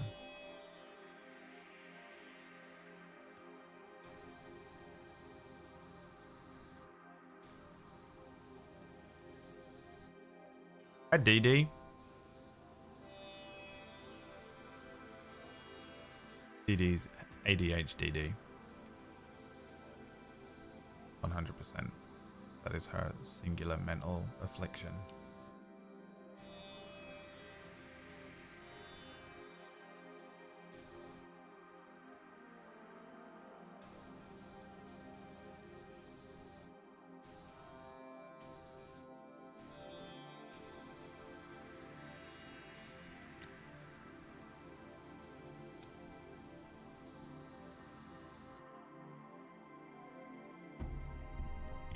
Dear God, please stop. Yours was fucking crazy as well, Oliver, but I don't know if you did the psychopath one. I don't think you are. Did this ding? No.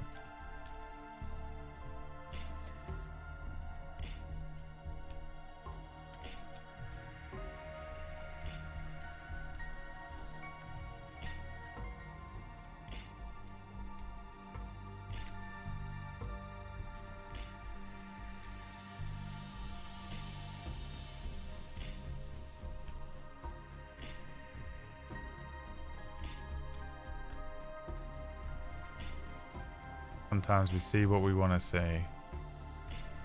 That's what's happening to Moguls right now. The fucking dolly zoom that's happening to Moguls sat at her computer right now. As the fucking world zooms. She starts piecing it all together. Yeah, that time when he said... What about when he... Oh god, that time when he pushed that old woman into traffic. Holy shit. What about that time when he was fucking cutting someone up in the living room on plastic? On plastic.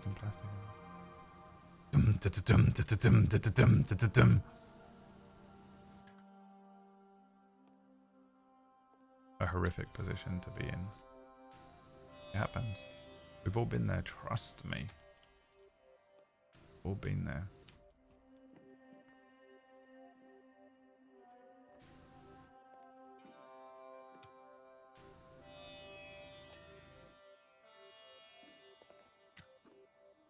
The ultimate I can fix him.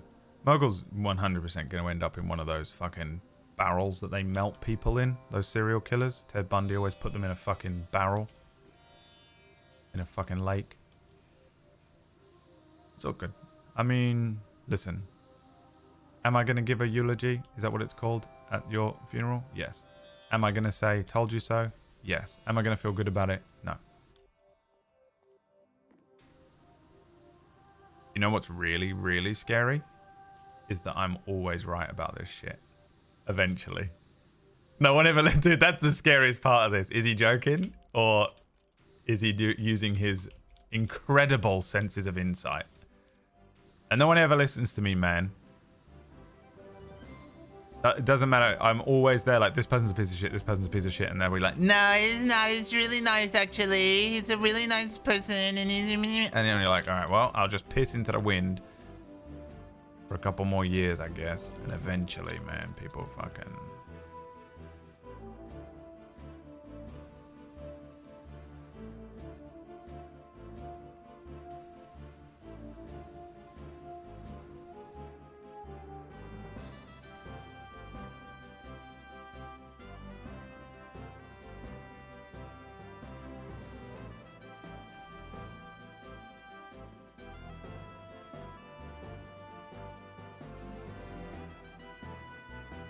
Where?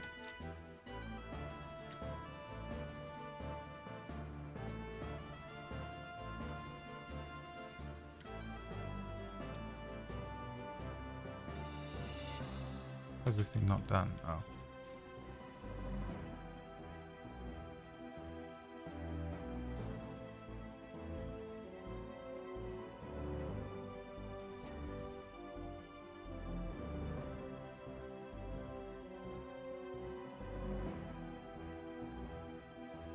true crime documentary.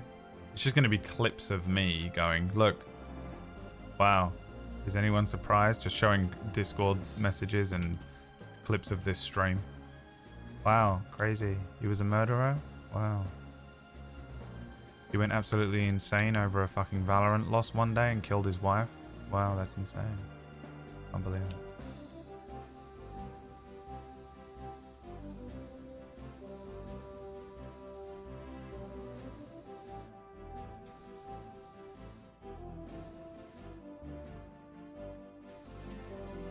I almost said something absolutely insane, dude, but I won't do it because Mugs will start crying.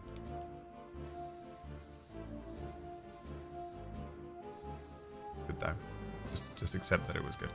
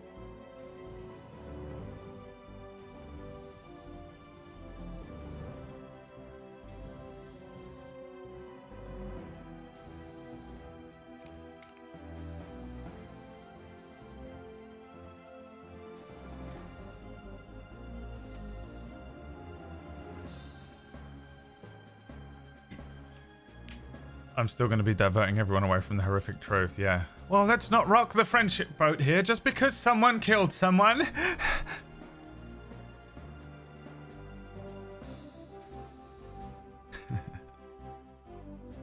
Congrats on the pregnancy. Thank you so much. I've been pregnant for how long now, guys? How many weeks along am I?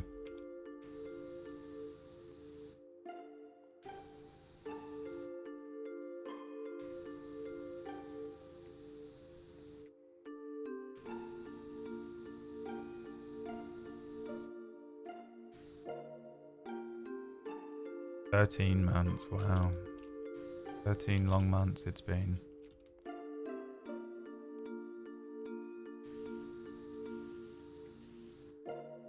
Pregnant with a parasite. Merlin. He was born like one of those, like an alien from Alien.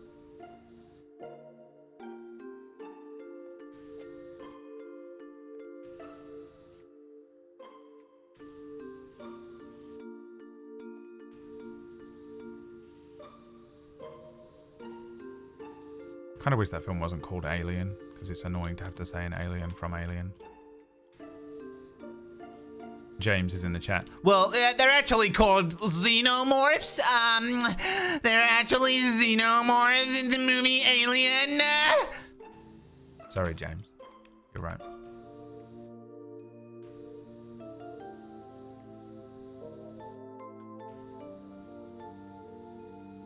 So why is there so many more people this week calling me Marzia than there was last week when the actual pregnancy thing was announced? Oh, is there more this week? People get their news on fucking Facebook.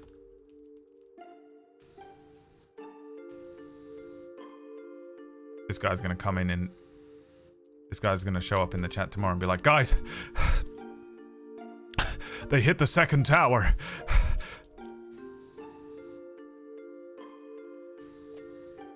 Oof.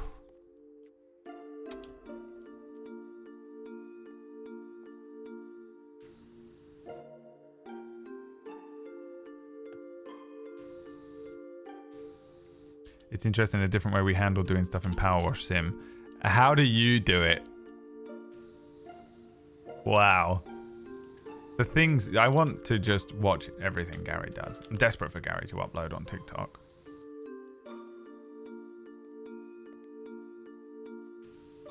Just daily life of Gary. Like that guy that eats the fucking Marks and Spencer's fucking spaghetti or whatever. What's his name, Mugs? Like, I'm very engineer away from the start point and work from there. What does that mean, though? I feel like I'm doing it pretty engineering. I did the tables and the peripheral things. And I'm going to do all these peripheral things and then I'll just hit the floor, the walls, and the ceiling. You know who I mean, though, right, Mugs? Mugs is not in her body right now. Also, I can't remember what my joke was just then. By the way, to type it to you because that's what you're requesting. I've completely forgotten it and I hate myself. I'm very fucking tired today. And I'm gonna burn the fuck out so hard for Star Wars. Like, by the time Star Wars ends tomorrow, I'm gonna have such a migraine. I'm overworked this week. Just like, we did the Shill show and then got Oracles tonight and then Star Wars tomorrow, plus this stream, you know. I'm gonna die. It's all good. Just gonna die.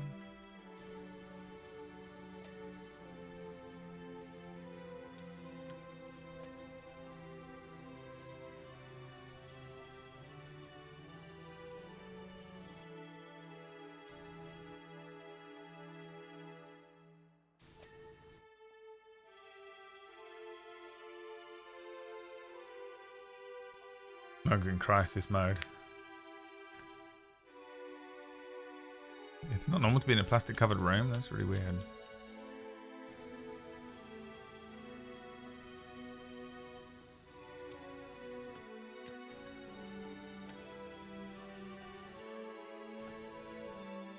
It's not normally that he keeps a collection of trophies of blood slides in a vent in our living room. Who knew?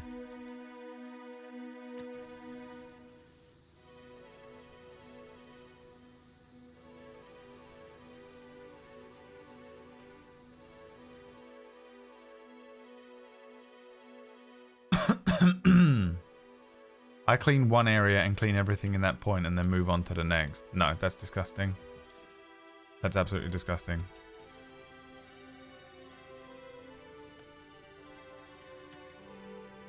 Upsets me so much.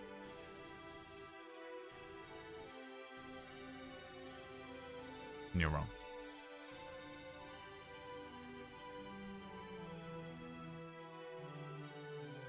Sup, bro? Sweet nozzle setup. Thank you so much.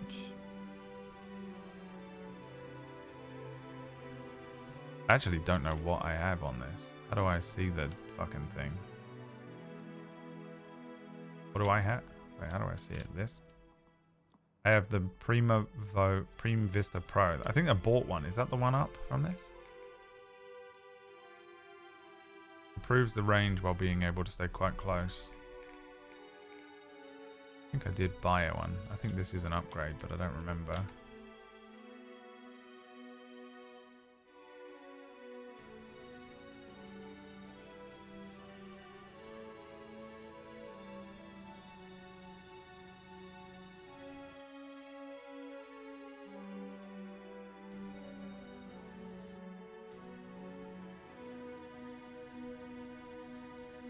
It's pretty rare that this green one cleans everything in one go. Oh, it's not doing it now because we're hitting like metal stuff.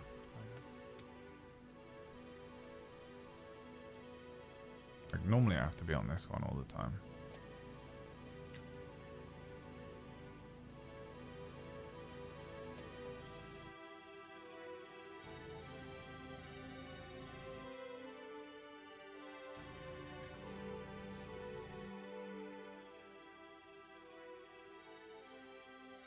Poor Mergs. They all probably thought you were pregnant, right? In my language, it was translated to the seventh passenger. What language is that?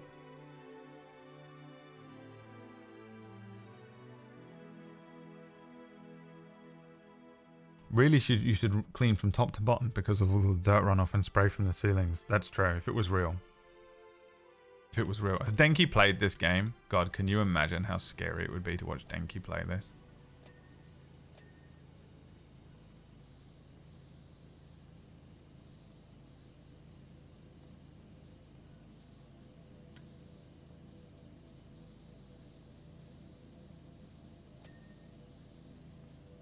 I was making another murder joke. Alright. Fine. But has he played it, though? You know. Can he even play games like this, or does he just get fucking annoyed and frustrated that there isn't someone for him to fucking dominate? He can hyper-focus on being the fucking most competitive psychopath available. Can he even enjoy himself if he is in a competition?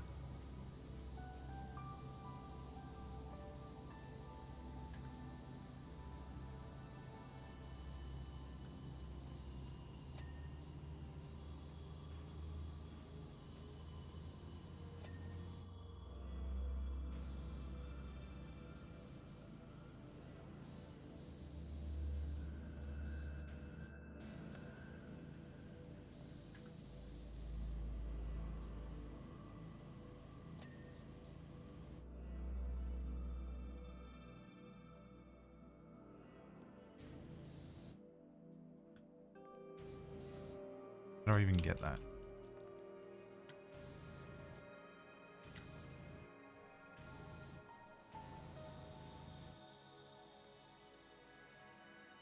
Did this thing fucking ding?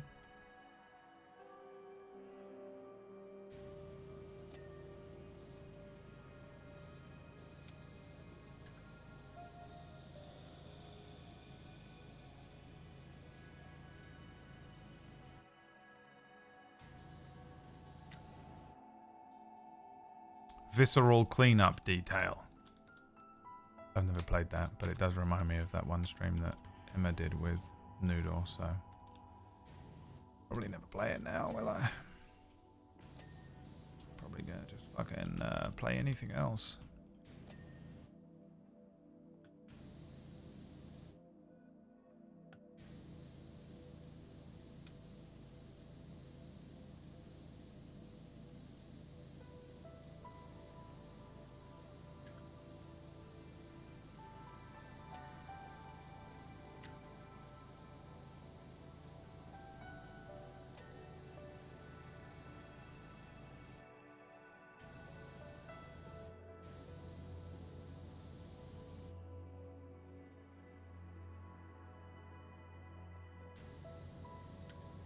Probably supposed to use this one, am I?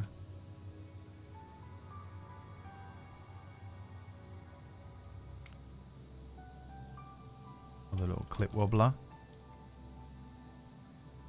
Is that what I'm supposed to use? This fucking thing that was designed by a woman in a lab.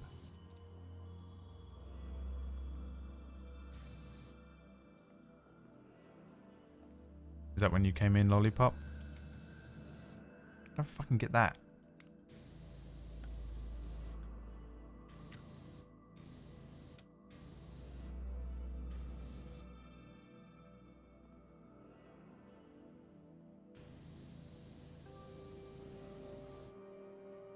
What? Don't worry, Gary. You'll never need to worry about that.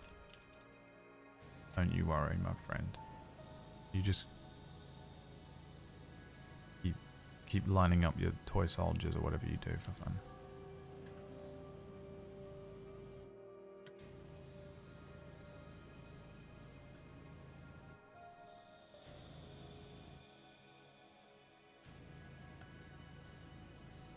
Do you have miniatures, Gary? Do you have real D&D miniatures? Do you own any? I feel like if anyone has some, it's you.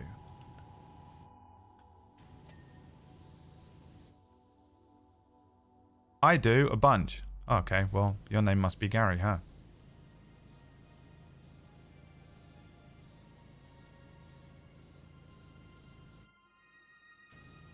Weird. I would have honestly believed it was James, but clearly it's Gary, and I was obviously talking to you.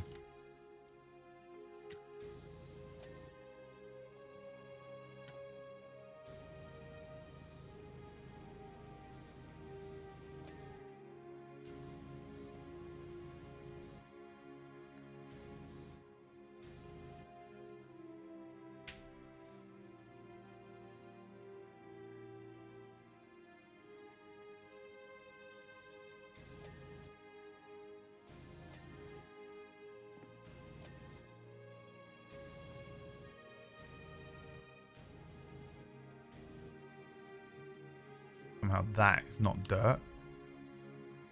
That's how it's supposed to look. According to Tifa with her subpar standards. And yes, she does have subpar standards because Cloud is a prick to her, to be honest. Now, is Cloud suffering with dissociative identity disorder? Yes. And do we forgive him? Yes. But is he also the worst boyfriend ever in Advent Children? Yes. And could Tifa have anyone in the entire world but she chooses to be with him? Yes. Is she basically Muggles? Yes. Does that make Dinky Cloud? Absolutely not. But the principle stands.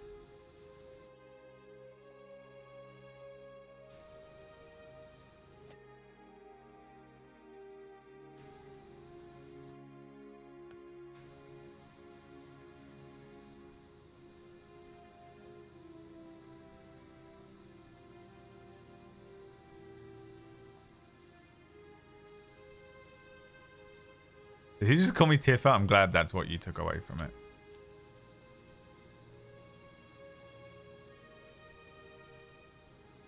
I think you're kind of Tifa-ish. I think if you would be anyone in that series, if we just go with the original game, kind of really, kind of scrappy, kind of independent, but caring, you know what I mean, underneath it all. Underneath your clothes.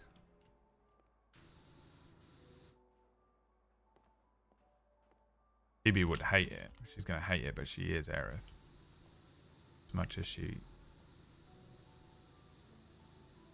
would not want that to be the case. It's just unfortunately true.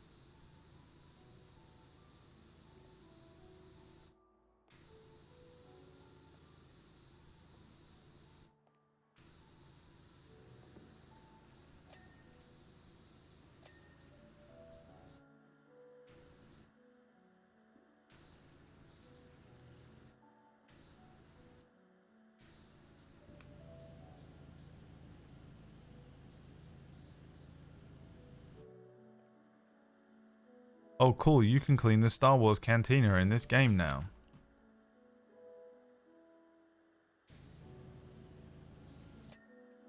And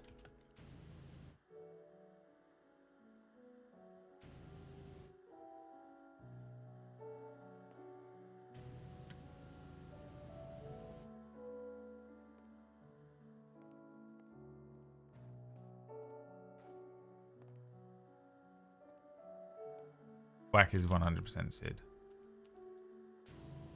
Spousal abuse and everything.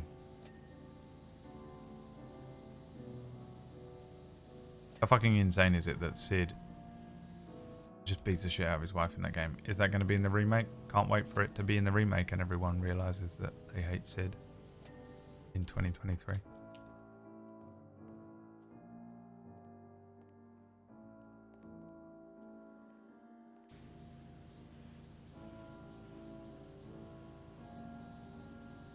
Lux unbanned Maya. I wasn't going to do it, by the way. I was going to leave him banned for as long, like literally weeks. Just to see if I could forget about it.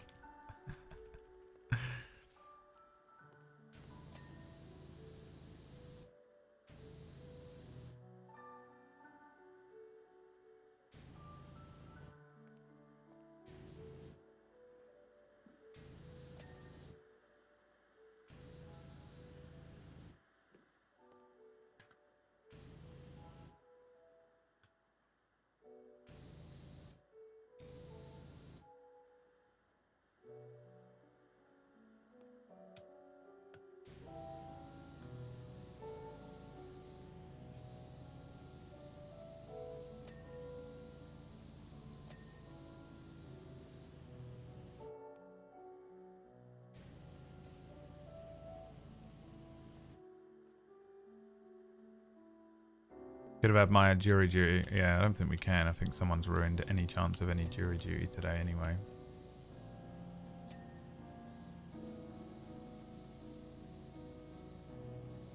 And we won't give it a name.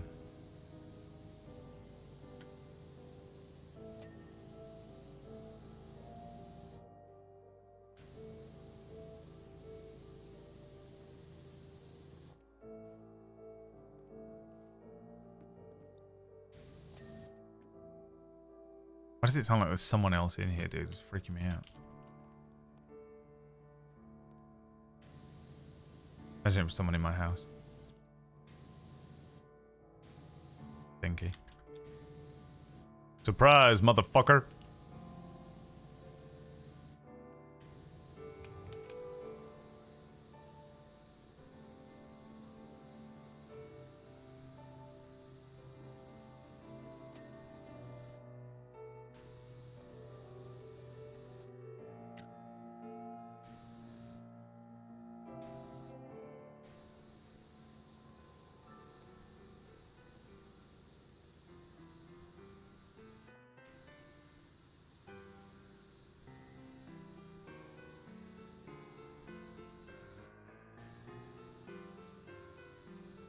I just read that the price in England of groceries has increased over 17%.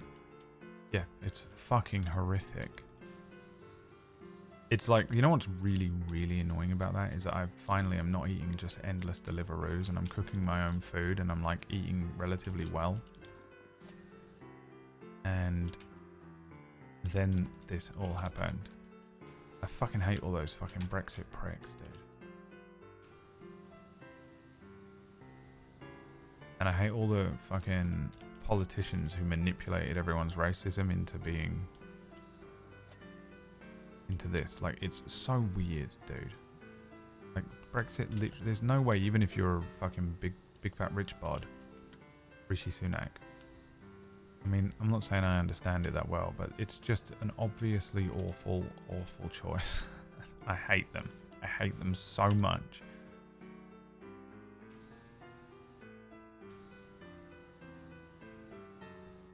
And it's mainly because I just want some fucking oranges that don't cost an arm and a leg. I mean, really.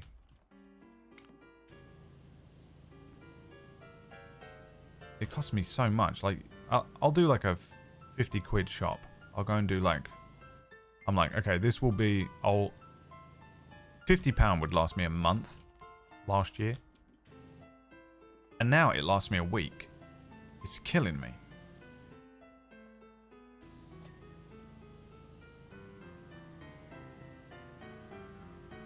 I want to die every time I do a basic grocery. I don't even like eating or food or anything, you know, as well. You know what else sucks about that? When you're a person who doesn't care about food. Like, I don't even care about food. I do it the same. I hate sleeping, but I have to do it to survive. I hate drinking water. I do it to survive. I hate eating. I do it to survive. That's it. Like, even if I care, like, people who enjoy the taste of food, I get nothing out of it. Nothing. It's just a waste of my time and money. And now it costs even more? Fuck's sake, bro.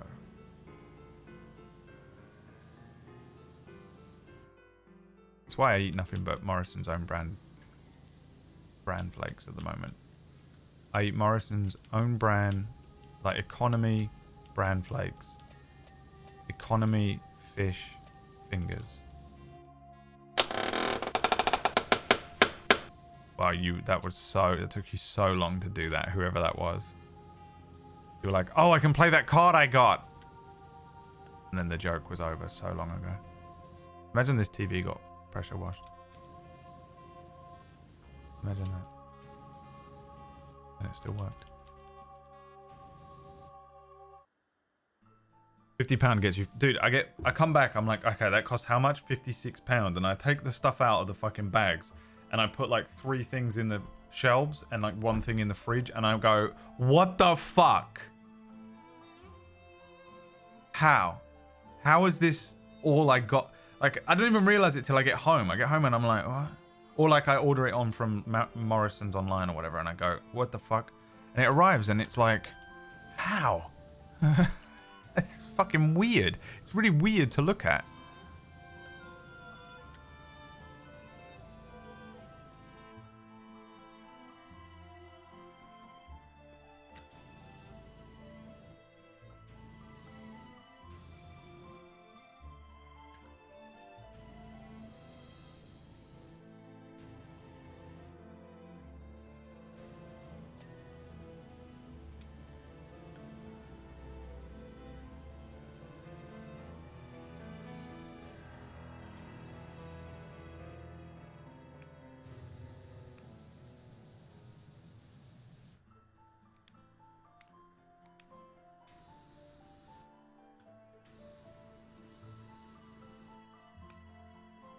the hell am I supposed to do with that?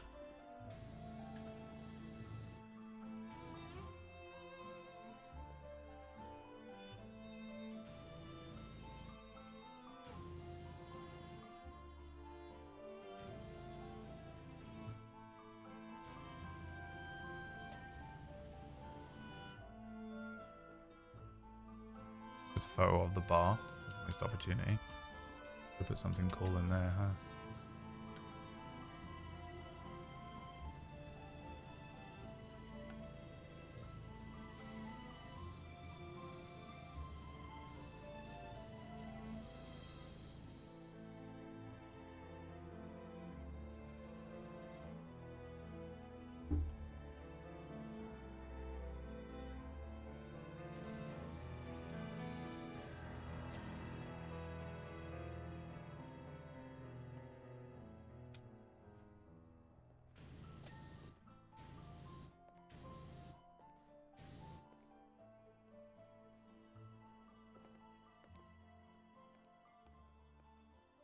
Is there no step ladder?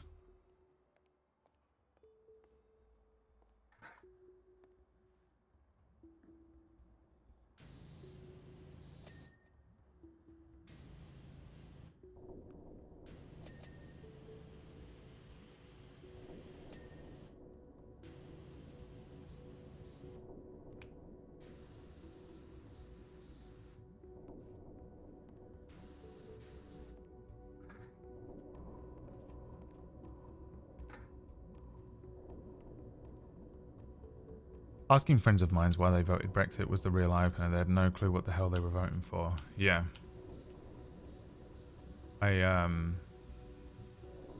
Like, they did it because they like won that thing on like immigration bullshit. All that just weird sort of clouded racism that people do now. Where it's hidden and disguised as immigration border control stuff, and that debate that everyone likes to have everywhere, and all those, but they didn't, but no one put forward like the market economy stuff, or like they were trying and they would just get shut down. But the thing is, they did a poll recently that is, I don't know what it is, but it's like an unofficial poll, but it polls 10,000 people from different parts of the UK, and it's the one that they use for analyzing the voting, and it's always accurate. And it was like 97% of people said that if they had the option now, they wouldn't vote for Brexit.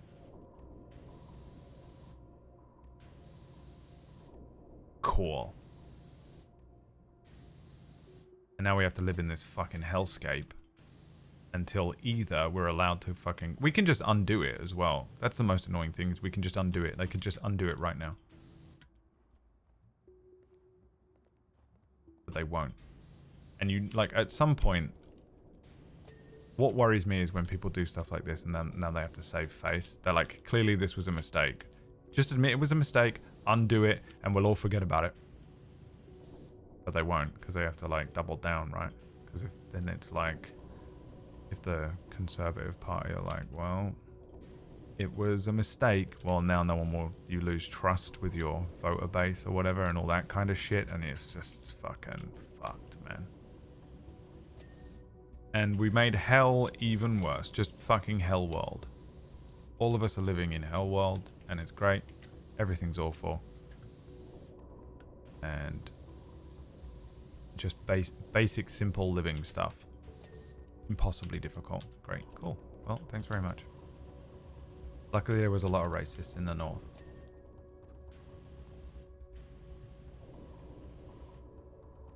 Is anyone surprised? A bunch of racists fucked everything up for everyone.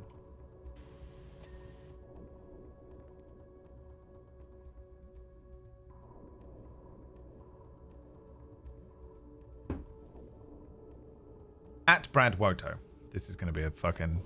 I feel like overpopulation is a problem for many developed countries like UK and USA, though, and people need to focus on reforming their home countries as opposed to leaving them for other already stressed economies. There he is. There he is. There he is, everyone. Round of applause for that guy. There he is.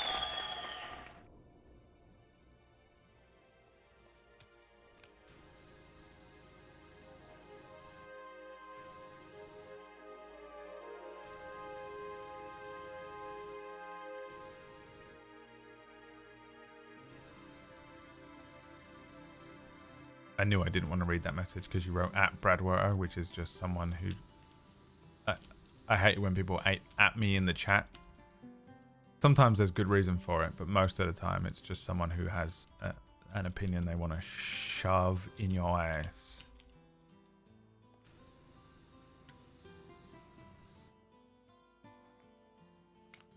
People that at people in a chat room, at the streamer in the chat room, are 70% of the time entitled. Shut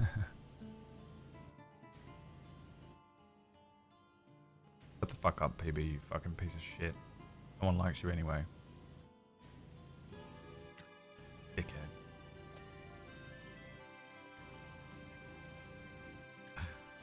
PB's never been spoken to like this in her entire life.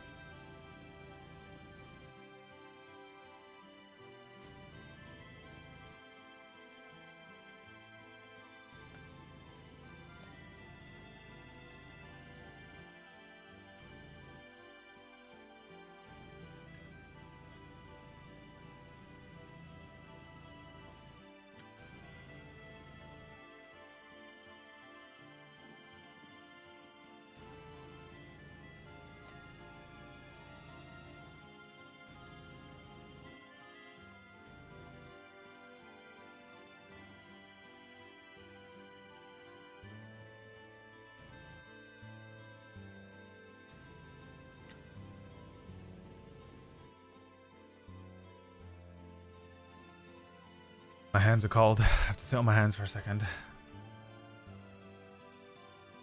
Except from ages 1 to 18. Well, I don't think that they were saying it the way I was saying it.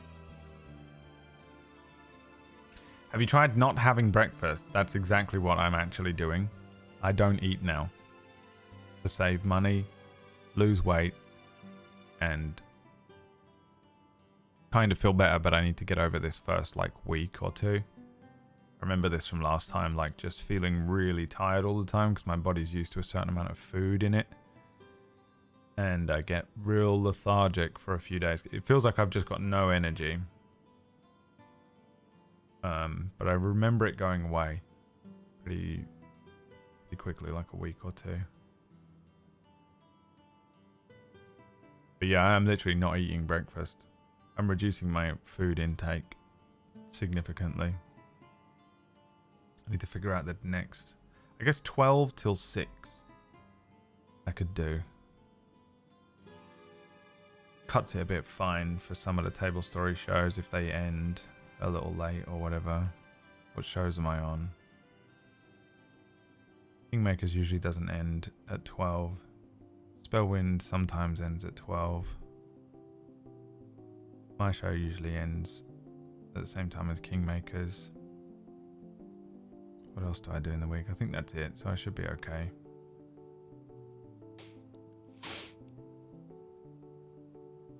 Brad thinks he's 25 still. Why? I want to power wash on Megazord. Yeah, they should do Gundam Power Wash Simulator. That'd be sick. Just a bunch of different Gundams.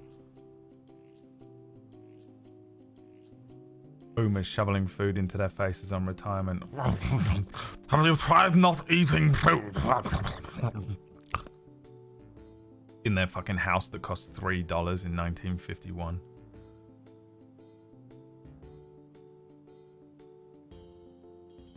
I'm literally sitting here freezing to death. I'm so cold. I'm sitting on my hands.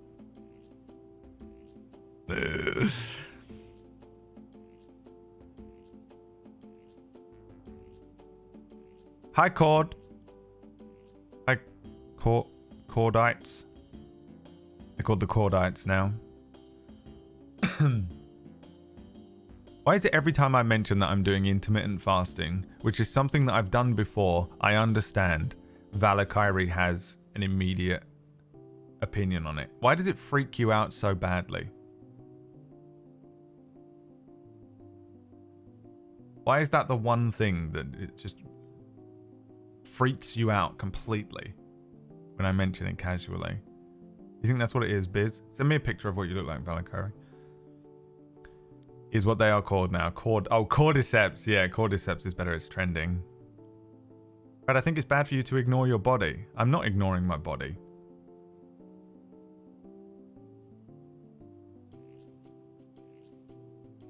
Do one Google on it. Biz, you're in charge now. Hey, Biz. This is me handing the fucking thing over to Biz. You deal with them.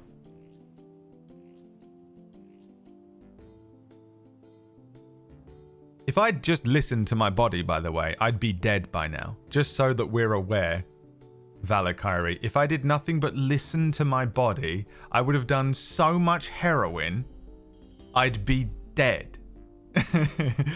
The first thing that happens if I listen to my body is do so many drugs that I overdose and die instantly.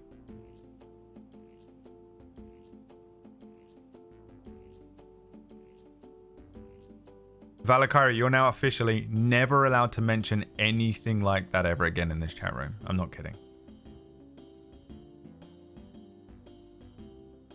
If I mention anything to do with health or my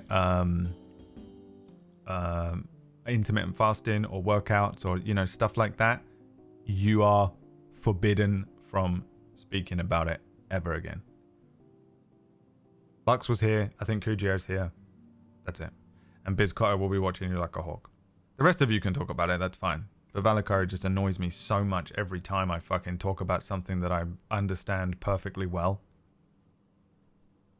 I'm not like a health expert or like a fucking, you know, like a fitness guru or anything, but I have done this before. This isn't new to me. It's new this week. I just haven't done it for like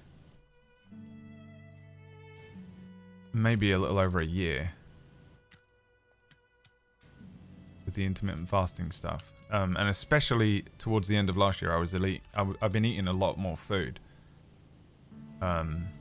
which I explained yesterday, but my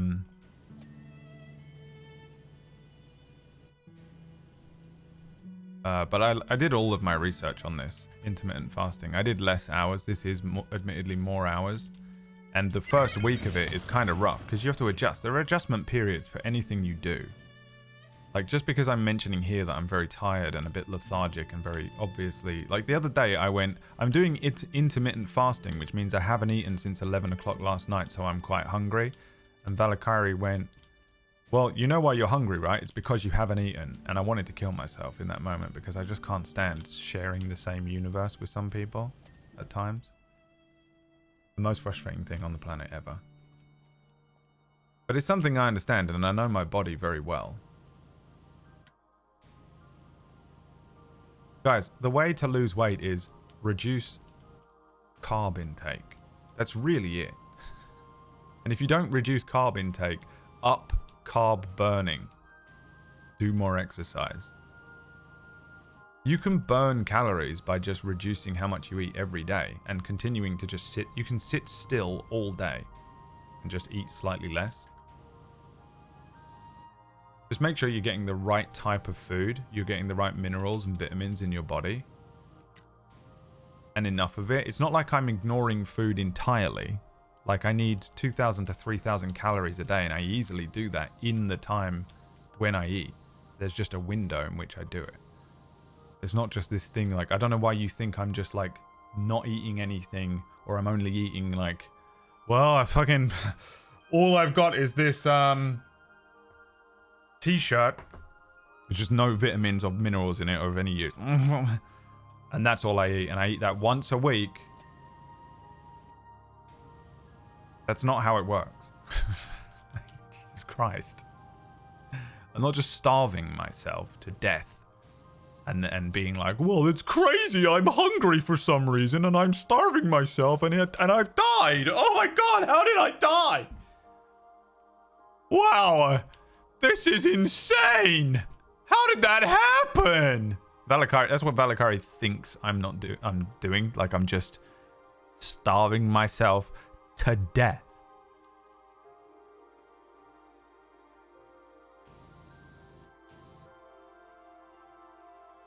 Brain dead.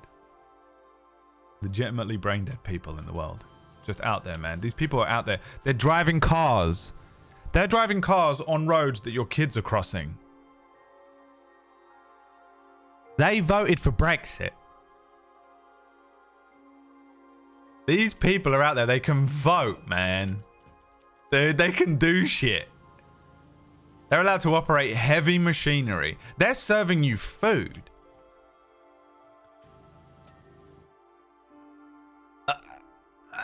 They're everywhere. Dude, they outnumber us by an enormous amount. If there's one thing I've proved in this stream, it's that we're fucking outnumbered.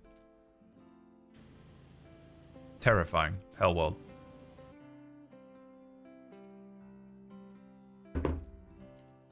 Absolute hell world.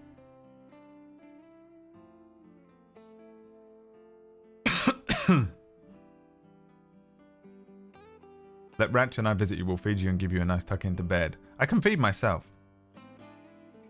I'm not insane. I'm not like... I don't know. I guess it's because I don't talk about anything boring. I don't sit here and talk about like what I had for dinner last night. Maybe I should just talk about more like casual day shit I do. Instead, I just make jokes like, all I have is Morrison's bran flakes. And everyone goes, that's all you have? Oh my God, he's gonna die. Like, dude, calm the fuck down. Do you honestly think all I have in my house is Morrison's bran flakes? Yeah, I'm eating economy shit. I'd die. I would just, you just have some, I'd go into some sort of weird, like, vitamin deficiency. Just fucking curl up like that fucking Voldemort in that Harry Potter movie.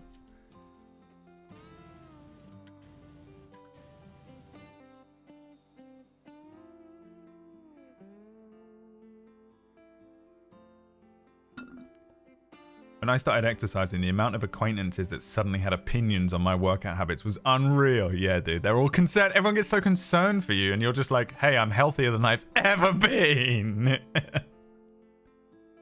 And they're sitting there, dude, like this. They're like this. Yeah, well, the thing is, though... Hamburgers. That fucking South Park episode with the guy that's eating the hamburgers. Yeah, basically, though, the problem with that is... I read on this one fucking thing... But it ain't gonna do nothing for you, mate. Yeah, it's not even fucking worth doing the workouts or nothing like that, though, is it, mate? And you're like, okay, yeah, great. All good.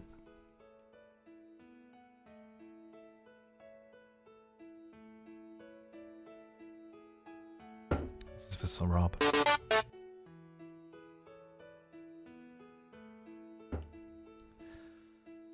I'm a bit nervous because intermittent fasting has been linked to an increased risk of developing an eating disorder, mostly because some people just start binge eating in the time they're allowed to eat. But then I remind myself that that I do not know you. Yeah. Why would I develop an eating disorder at this point in my life? And if I did, I'll just add it to the list of shit that's wrong with me that I fucking fix endlessly over and over again anyway.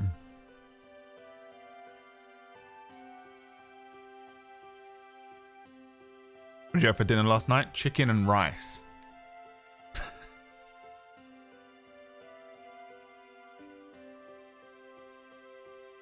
I've got to get enough protein in my body in that time to fix the fucking damage that I'm doing working out. Wait, what? Your muscles are falling apart? Every time you lift those weights, your muscles are ripping open? What if they fall off your body? Hey, guys, that's what happens. You know, that's like how you guys react to just normal shit.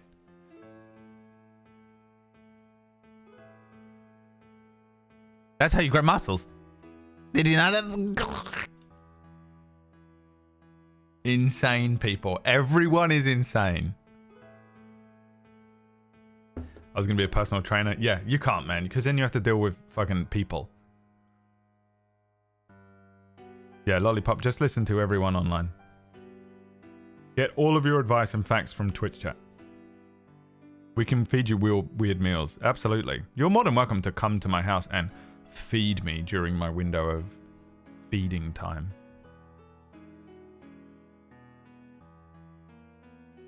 I don't have the self-control for intermittent fasting. This is why I don't understand this fucking second obsession that Flexible has in the weird instant... Oh, you'll get it, you'll develop it. Whoa, hey.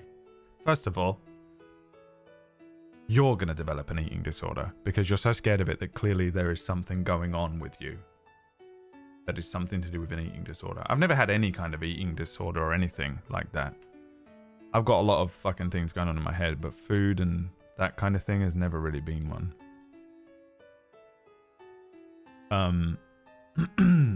But like, I have a lot of self-control. I think you guys probably think I'm insane, or like I'm maybe you hear like, oh, he's like a crazy drug addict, but I'm a recovered drug. Do you know the amount of self-control it takes to be a recovered drug addict? Like, I'm fucking good at self-control shit. The self-control it takes sometimes for me to not do all sorts of random shit in my life.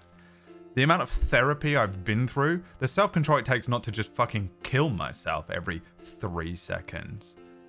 I'm good at self-control. It just doesn't seem like it because I'm kind of like I'm on the recovered end of it. So you just think that I'm just unstable all the time, or like I'm about at any moment I could fucking blow. And also you only see this fucking window of me on the internet for a few hours a day where I'm kind of being like ridiculous most of the time. I'm like being an insane person online because it's just more interesting. I get to just let loose and be silly and fucking silly goose time. Silly goose time. You know? Do you think I'd fucking turn all this shit off and then immediately go, just fucking fly? The moment someone walks into my house, they're like, hi, we're here to check the gas. And I'm like, whoa, it's just over there. You guys are fucking insane. The snippet of my personality that you get, and I'm very open and very, very like, I tell you guys a lot of stuff. I share a lot of my life with you online, but it's still like crazy that you think like every single thing I say you take like literally, or like just, or what's worse I think is that you pad out the rest of it with like shit in your own head. Like I say stuff and then it goes into your little fucking brain and then you cut that shit up with all of the fucked up shit in your head and then that's what you think is happening now.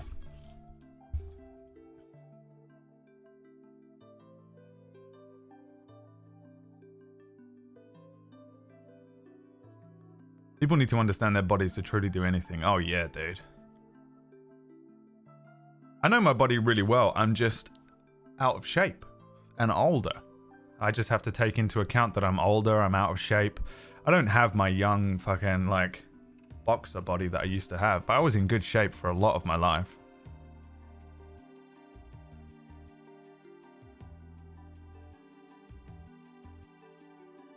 No, Kyorki, you have to bring weird food now.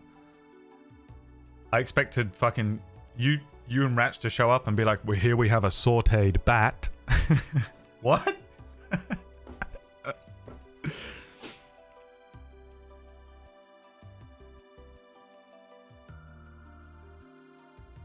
I mostly don't eat for 12 hours plus because I was just never into a breakfast, but shrug. Me neither. I've never I started eating breakfast last year for the first time ever.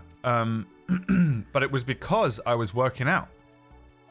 What I was doing was getting up, working out, doing my like 30-40 minute intense workout, have a shower, make some eggs. I would just eat eggs. And then eggs fucking vanished from the planet. And I got sick over Christmas, so I didn't work out as much. And I've only just been able to kind of really get back into the swing of it again. But I too So I discovered by accident that I've been intermittent fasting for fucking years. All I had to do was cut out a couple of snacks during a stream, and I hit the 16 or whatever. I think I was on 14 before.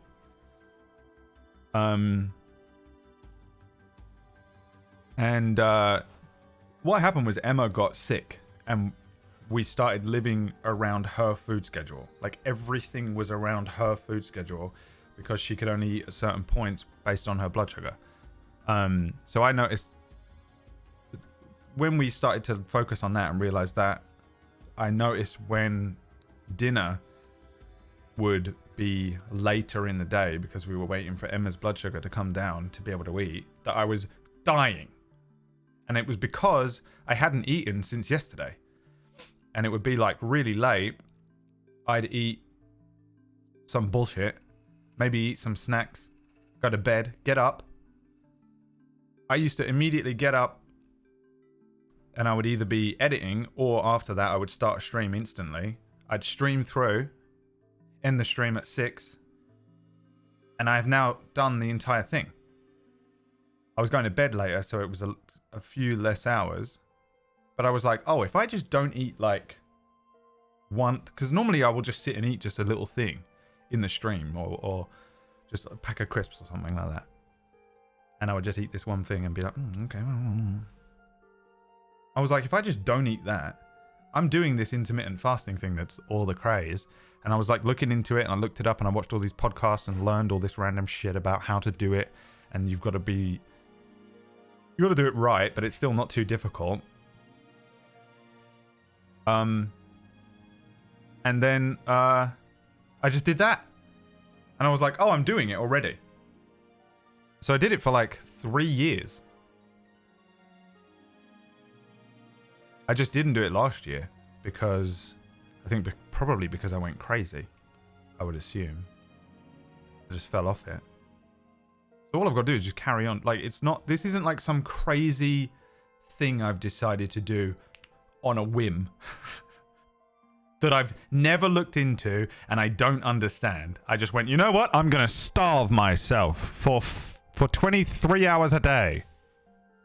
And then in the 1 hour, all I'm going to eat is a chewing gum. Like, this isn't just some random thing I've decided to do. The absolute psychotic response from people to something that I've done most of my life.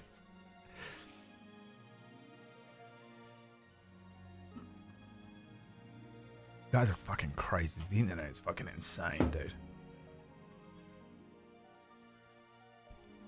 I know my body really well as well. Like, I know my body and my brain now. I'm like fucking hitting fucking ascendant levels compared to what I used to be like.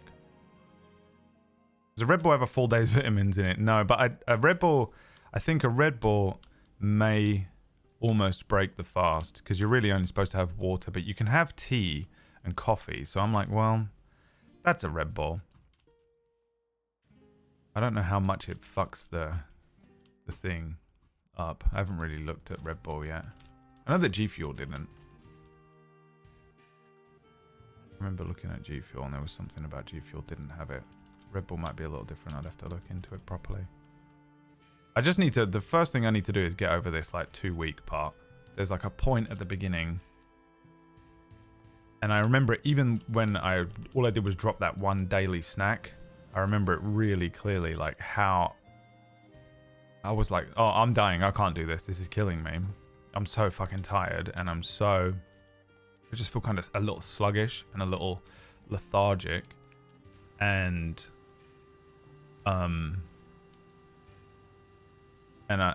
like the hunger you can get over. The hunger actually isn't that bad. Like I said yesterday, there is a point where the hunger hits this, like, it crescendos up to these points where you feel fucking starving. Like, it starts to almost hurt. You get almost like stomach cramps. But if you just power through that part, you're kind of good for another few hours. Like, easy. Which is really weird. I don't know. I have no idea what's going on there in terms of like what is actually happening in my body, but you get over the hump thing and then you're fine. And that's been the case all the time with fights. My friend Andrew does like randomly will do like a 3-day fast type thing. Keep his weight down. I think that's why he does it. He's kind of insane though. And he tries to beat records. He's like, oh, last time I did, 31 hours. I'm going to try and do 32 or whatever. I don't know exactly, but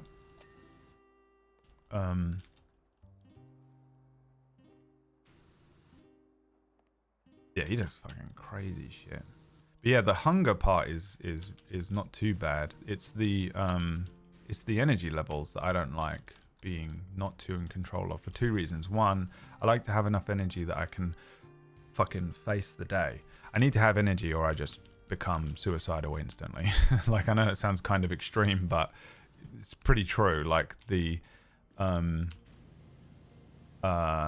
like when I get sick, I become a mental health risk because there is like something, like I think there's a part of me that is like holding up a shield all day, just like this, just all day. It's holding the shield up, and that's just keeping me afloat, that I can go around my day feeling like normal and fine. And as soon as I get sick, I get like a cold that starts to really impede, or like when I have like a flu or whatever, it's like that shield goes away and I become fucking anxious, and I'm like, I just don't want to, and I fucking become like crazy and sad and suicidal. When I had that stupid COVID shot that night, and you remember I told you that I was crying, and I think everyone probably thought that I was like crying because I had the flu or whatever, but it was just that it snapped my fucking ability to maintain my mental health. Like there's some part of me that is kind of always in a, I don't know, like kind of trying to stay strong or something, I don't know. But when I get sick, sometimes I notice that my mental health starts getting shaky really quickly, and I'm like, okay, so there's something there, for sure. And the so when I do this kind of intermittent fasting or whatever, and I'm also back on the workouts, like I'm working out, it's not insane or anything, but it's still a lot more than I've been working out. I've been doing those Tabata workouts again, which they're pretty intense. They're quite hard. And they're 30 minutes of just like, it pretty much doesn't stop. You do 10 seconds of rest, 20 seconds of extreme, like heavy, fast, whatever it is, it doesn't matter. And you do 4-minute blocks of those. And so then my energy levels drop a little, and this is where I'm at now. I'm like just kind of slightly exhausted at all times. But I remember this. I remember it quite well. And it goes away. I'm just going to be tired for a couple of weeks while my body adjusts. And once my body adjusts to shit, I'm good. My body can adjust to a lot of crazy things. I've lived through way worse shit, and that's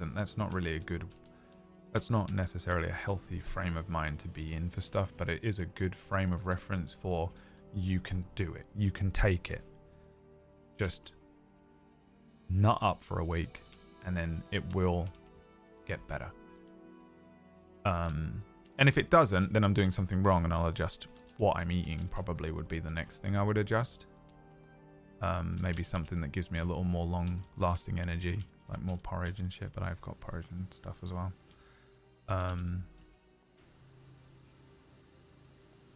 Like I know what I'm doing, guys. So don't worry about it. Fucking calm down. YouTuber Brad Woto, also known as Brad1, the PewDiePie editor, dead in his home at 36. He had eaten no food for 3 weeks. He had this to say on the subject 3 days before he died. He will be remembered, of course, only through PewDiePie and the PewDiePie channel, and nothing else that he's ever done.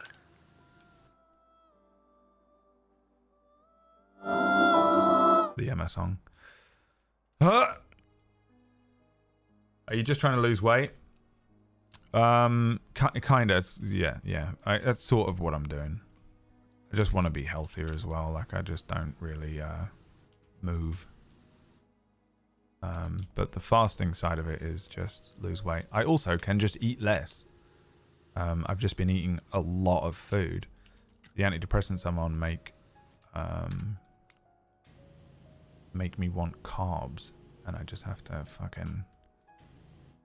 I've just been eating too much lately, and I've gotten into it, and I need to stop.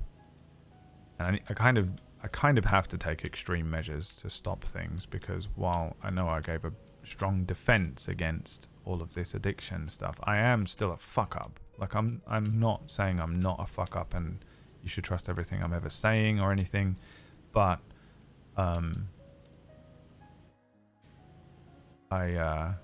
kind of know how to handle my shit. I know how to handle me, and I know that usually a good way for me, for example, a good way for me to lose weight is to just suddenly fucking do intermittent fasting and suddenly work out, and it will be brutal on me for a few weeks, and maybe I'll need to change and adjust and work stuff out. But I'm not going to drop dead. Like, the only way I'm going to fucking drop dead from what I'm doing right now is if I have some sort of pre-existing condition that I didn't know about until now, that only appeared in the last few years while I was just like not really focused on my physical health, and then I die from it. And let me tell you something, guys, if I die from it, it's all good. Remember that I don't actually really care about being alive that much. Like, it's fine. One thing you should always remember, I'm not actively trying to kill myself or anything crazy like that. But if I just randomly died right now, like a car came through the window and just cut to black, it's all good. I'm good. This is fine. I'm not bothered about it. There's no like, oh, he had so much left to give. He was so full of life. Dude, I'm good. It's fine. Just know that I was okay with it. You know, everyone would be like, it's so sad. I can't believe he was taken at such a young... It's all good. Trust me, it's fine.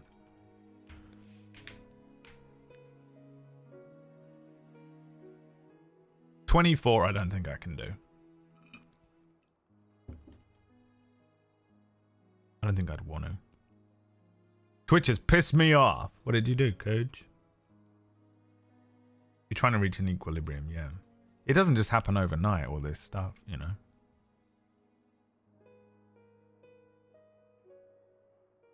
And still rage into PB, yeah. You come to my funeral and tuck me in and feed me a palatable bat or whatever you guys are trying to get me to eat.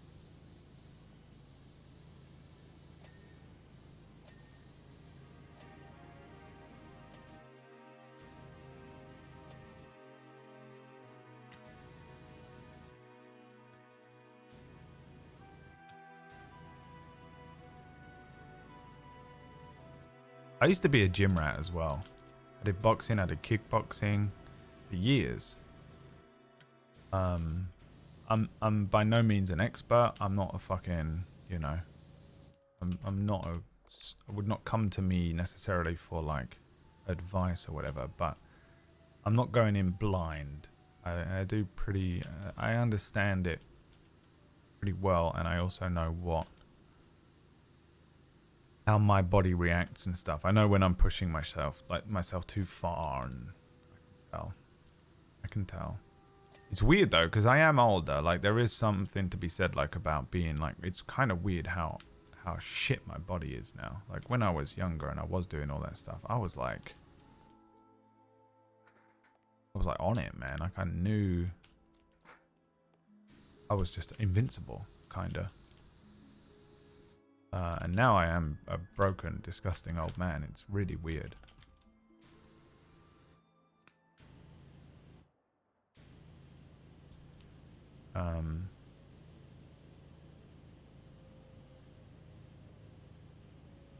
And if it, like, I'm absolutely petrified of like fucking up my mental health. I'd rather be extremely overweight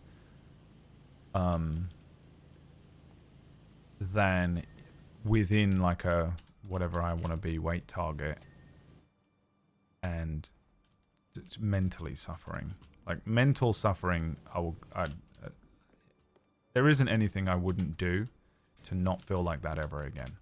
I'm sure I will one day feel as bad as I've felt on my worst days, and a couple of them were last year, man. The moment I think anything is like fucking with that, I'm out. I'll do the immediate thing to fix it. That's the other like weird little sort of guarantee I have in my head. Like, there's no way I'm not gonna. I would never let that. I just never want to be in that place again. And some of this is for my mental health as well. I'll tell you one thing. Here's a little bit of a psychotic thing that I've been doing. To motivate myself, sometimes I think about stuff that makes me sad now. Is that the most psychotic thing you've ever heard? I don't know. I actually have no idea if that's weird or not. But sometimes I like actively trigger myself out, like 5 minutes before I work out, and I have the exact appropriate amount of energy I need and motivation. The emotional blackmail I was talking about the other day that my friend used to do to me that was so useful, that would get me in the fucking gym. That's it. I will think of, or like, I will play like a song or something, and I will just feel like shit for like 3 seconds, and then guess what? I'm up. I'm working. And I do the workout, and I feel fucking great at the end of it. It's almost like a little trick of like, feel like shit? Well, here's the cure. Oh, that's the cure? Yeah, do it. Great, I'm doing it. I need the cure. Give me the cure. Give me the fucking cure. You know?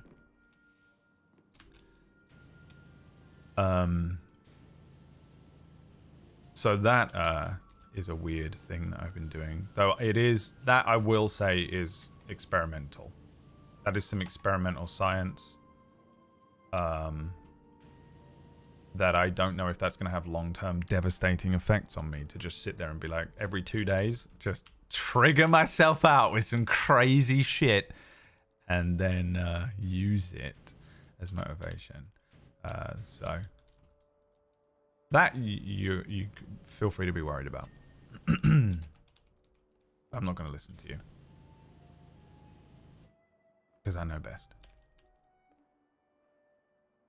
For some stupid reason, retrieving a channel's moderators is locked behind using a broadcaster authentication token. Really? I mean, I can always just send you one. Is it on this channel or a different one? If you ever need, I trust you with my life, Cooge. You can, if you ever need that kind of authentication or whatever, you should be able to have it. I can send you it.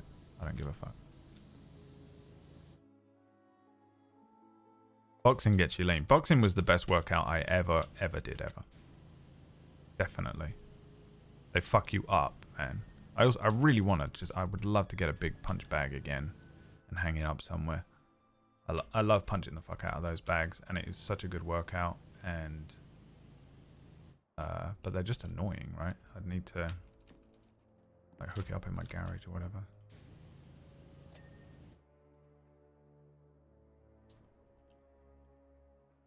I don't understand. Are you like dissociating on purpose? Nope. Not what I said.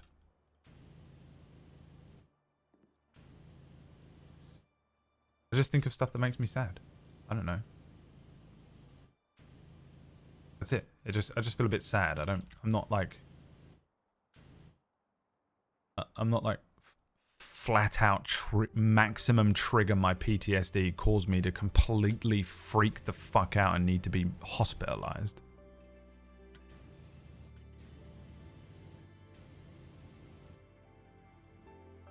Fat shaming works.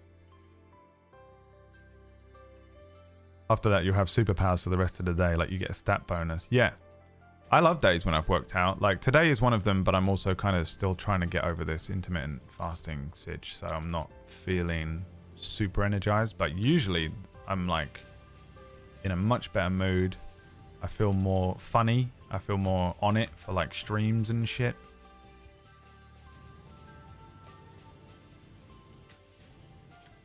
The after effects of doing just a 30-minute workout are incredible. If you can be fucked. Most people just can't be fucked or whatever, and I get it. I couldn't be fucked for a long time. But it doesn't change the fact that it is legitimately amazing the way you can feel after you've done some workouts and stuff. But what makes you happy? It's a tough question at the moment because I'm not really aiming for happy. I'm just aiming for stable. And it makes me happy that I am stable. Like, I guess the things that make me happy are just like the things that I do. I really don't do a lot of stuff that doesn't interest me or make me happy. You know, playing games, Table Story. We're doing some D&D tonight. Oracle's Rest GMing makes me happy.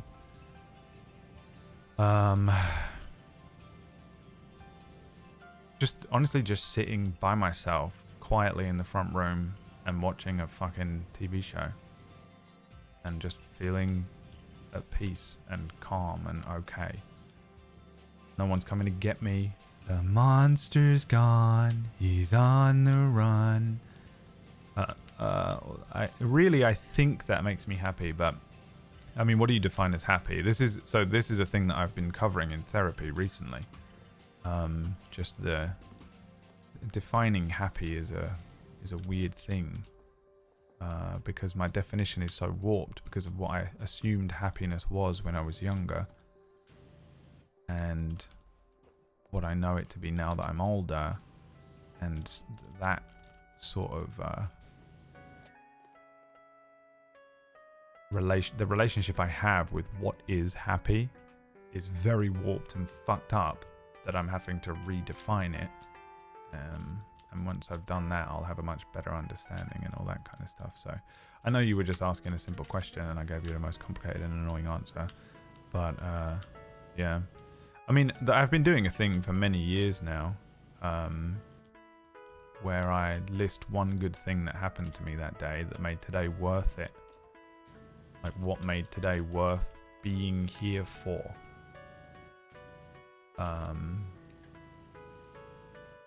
And usually, and there's always something. You can always find something. And what I find is, even on the worst days, I don't allow myself to go to sleep until I've answered that question. Now, some days I forget about it all the time. Like, there's plenty of times where I forget to ask myself this question, but I got into a practice of doing it a long time ago.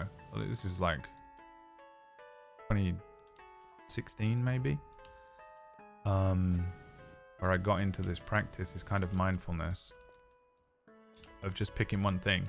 And usually it's pretty easy to do when you just let go. First of all, you've got to let go, because most people are just like trying to be like, you know what, life is so difficult and I hate it, and that's like part of their personality, and they like being like that, and it's hard to let that go because you're scared of who you are outside of that set of parameters, whatever. For me, it's never been that hard. I genuinely just fucking hate being alive sometimes, and life is just so difficult. It's so fucking hard being locked up in here with me just all day, man, stuck in this fucking prison cell with this insane version of myself. And admittedly, I've recently changed my perspective even on that, but that's how it's felt forever. And but when you just let go of some of that stuff and you ask yourself, like, what made today worth it? And it doesn't matter how small you go. You have to let yourself just answer the question, and you will find like, if you just, like, someone has a gun to someone you love's head, or your dog or your cat or something like that, and they go, what made today, what was good today? You can find an answer pretty quickly. And there have been days where I've really struggled and I've really hated the whole day. Like, everything about it sucked.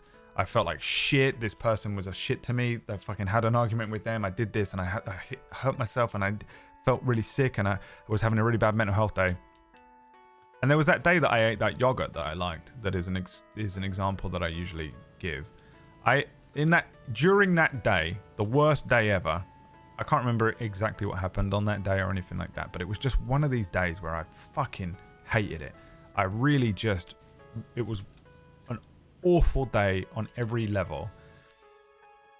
And I was sitting there like, I have to think of one thing, man. Because if I don't think of one thing, hey, guess what? Boarding pass, please. Oh, yep, here's my boarding pass. Bye. I'm out. If I don't think of one thing, I'm out. That's the rule. And deep down, I don't want to die. You know, I'm still alive through all of these different things. I have a survival instinct, and I know that I don't want to die. It's just that I feel so sad sometimes and so alone or empty or hollow. It feels like nothing is worth it. It feels like everything is too difficult. All of those thoughts and feelings and stuff. And I just get really at the end of my rope, for want of a better word, with just everything. But it doesn't, but there's still something in me that just wants to be here. And that's why I'm still here. And then, so like I have to have an answer. And there was this one day that I ate this fucking yogurt, and they're not even good yogurts, man. It was this fucking Activia fucking crunch or something, right? And during this day of hell, man, this fucking day of hell, I ate one of these. This fucking yogurt, dude. I don't care what your opinion is. This yogurt saved my life once. I had the worst day ever. My mental health was at 0. I fucking hated my life, my fucking relationship, my job, didn't have any money, was so stressed out. Everything fucking sucked. Everything sucked, and I was fucking done. And I was laying there one night, like tossing and turning, like, man, what the fuck? There has to be one thing that happened today. There must have been. And I was like going through everything that happened in the day. And I was like, oh yeah, when I stopped doing everything at one point in the day, there was I had a lunch break, and I stopped and I ate that. And while I was eating it, I went, and that was the only thing. That was it. In the whole day. But I went, you know what? Cool. There was one thing that happened today. It wasn't awful. And it was the bottom of the barrel scrape of a fucking thing for the day. And I went like this. Okay. Went to sleep. And then it was a new day. You know? And like I've experienced this fucking year, when you hit the bottom of the fucking barrel, man, the next day's great. You know what's the best thing about having the worst day of your life? Is that tomorrow can't be worse. And that feels fucking great. When tomorrow cannot possibly be worse than today. Tomorrow feels like a great day. You know? It could only be 0.0001% better, but it feels so much better than it did yesterday. And that's kind of how you get through some of those times. This too shall pass mentality type shit. I know I'm getting too deep. And this wasn't the point of the simple question that Lollipop asked me, but so recently my relationship with like what makes you happy has shifted and changed quite a lot.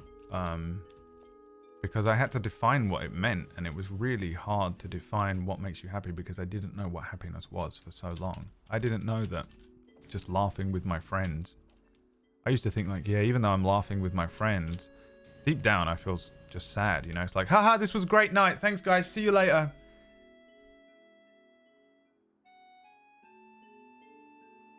You know when you feel like that? I still laughed. You know? Biz made a joke. PB said something silly. Miranda made a face. Yeah, whatever. You know, whatever it was. I was still laughing in that moment. I was still happy in that moment. It's just that you get caught under a cloud sometimes, and it's hard to imagine. It's hard not to see that cloud there, even though for a moment it wasn't, because you were laughing with your friends. And the laugh was genuine. You're not just putting it on or lying or, you know, because that happens as well. And so my definition of what happiness was so wrong. A long time ago when I went into therapy in 2016 or whenever it was, she was like, what do you want from life? You know, like, why are you here? What are you hoping will happen? What's your ultimate goal here? Like in, you know, from therapy or whatever. And I was like, well, to be happy. And she was like, okay, what does that look like? And I was like, well, the opposite of how I feel right now. And she was like, well, how do you feel right now? And I said, sad 100% of the time. It is excruciating to just feel deep down, just Like, shit. No matter what I do. And she was like, so you'd like to be happy 100% of the time? And I was like, yes, like everyone else. And she was like, do you honestly think everyone else is happy 100% of the time? And I was like, there's no way people feel like I feel. There's no way. It's so difficult to live like this. And she's like, that's not really what I'm asking you. And I was like, well, no. I don't know what that looks like. And she was like, well, imagine someone who's happy all the time. They are insane. And I was like, what? She's like, if someone was just all they did was be happy, there was no ups and downs, there was nothing other than just pure happiness, they would look like the fucking Joker from Batman. I was like, right, you know, you reframe it. And what I wasn't searching for was the opposite of how I felt, which was sad. It was just, I didn't want to feel as sad.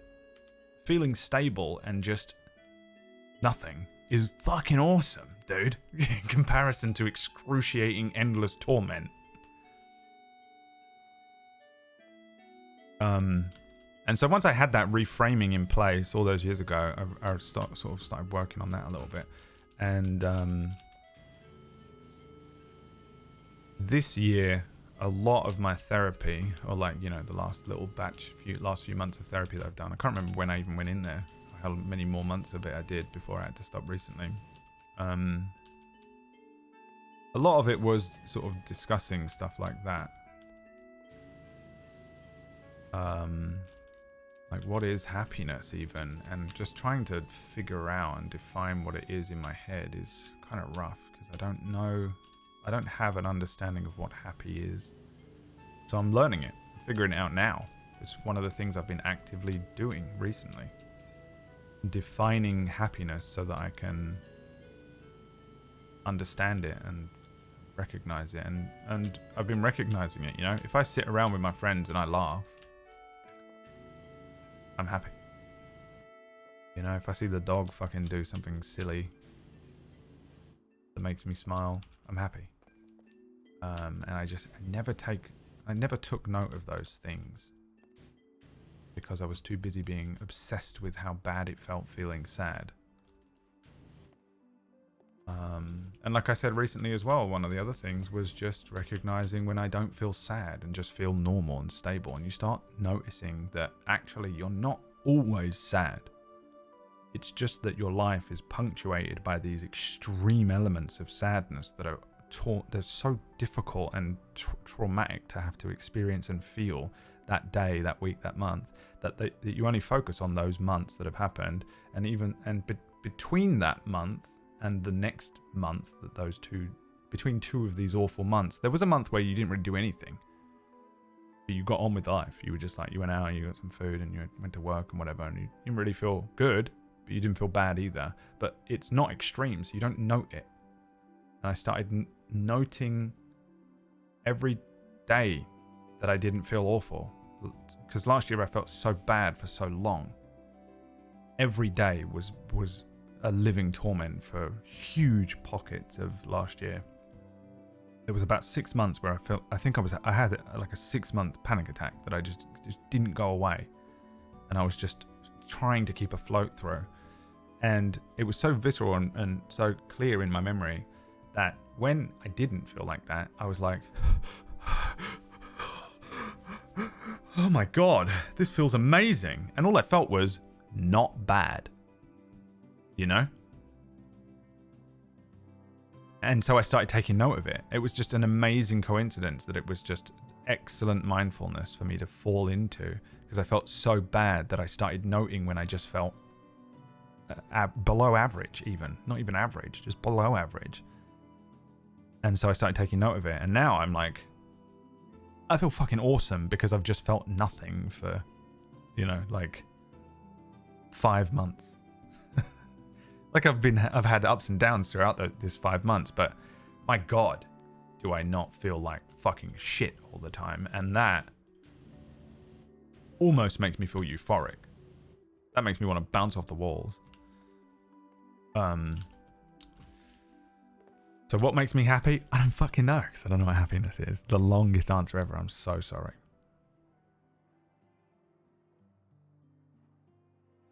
What was Cooch saying? I need to get one from everyone who has my bots, and it requires a specific scope. Yeah, just tell me what you need when you need. Just message me. As long as I'm not outside or, you know, whatever, doing something very mentally intensive or asleep, I'll message you.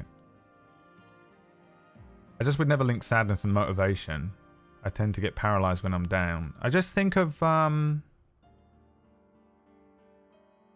sad things. Like a good one that will quantify it for you. You're going to assume... The reason I don't give you examples sometimes is I think you always... I do this when I watch people, so I always assume that people would do this when they're watching me, but...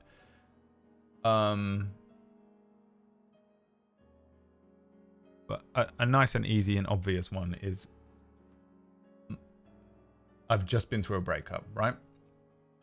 And the other day, this is how I discovered it. So I'll just give you this, but I've been doing it with other stuff. I've done it with moments from my childhood that I think about.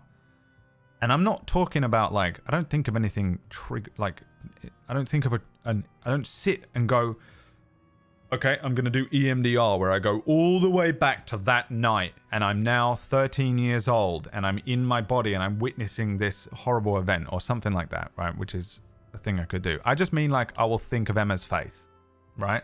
And I listened to this song the other day just before I was working out. This is the line that got me.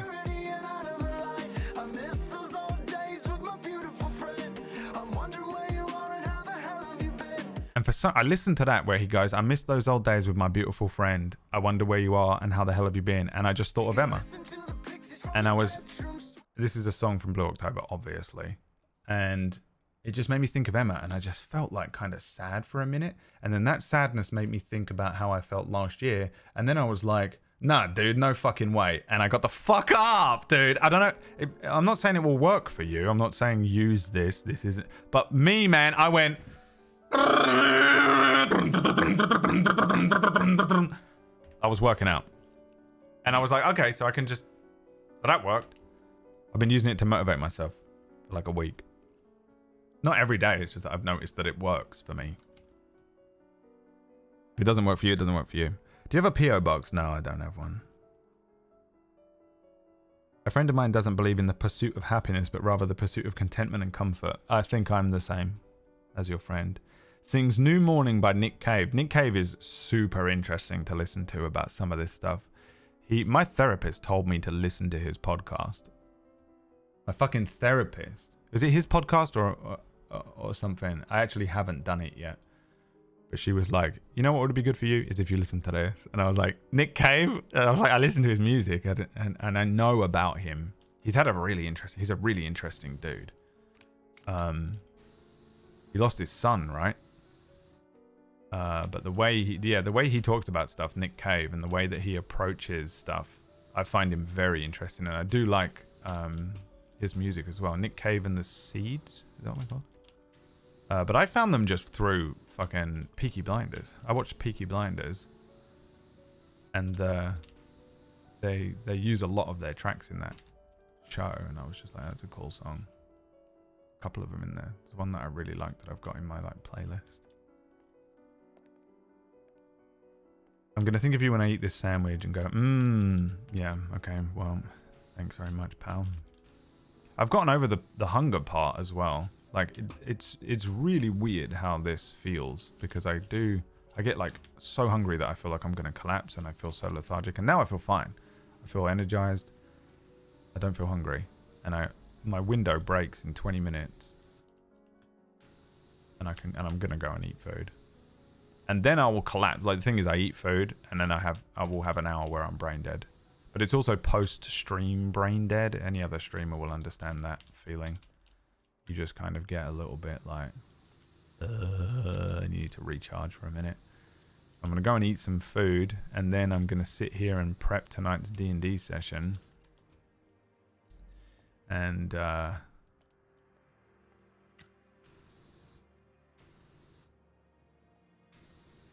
and then run the session, and then I'll be very brain dead, and then I'll go to sleep and get up, and we'll do this all again tomorrow, except for Star Wars tomorrow. Oh, look, it's a rug. Cat is happiness. Yeah, it is. it's whatever you want it to be, right? That's the thing with happiness. And I think maybe I'd like to be asked the same question in a year, and then apples to apples these responses, because I think I'll have a much better grasp on it then. I feel really different lately. I don't think I'm acting different, which is concerning me. I feel like I should be acting different, but inside, and the way that I'm just interfacing with stuff, and the way it feels, the way I feel, just feels so different. And I feel pretty good about some of the progress I've made and some of the changes I've made and stuff.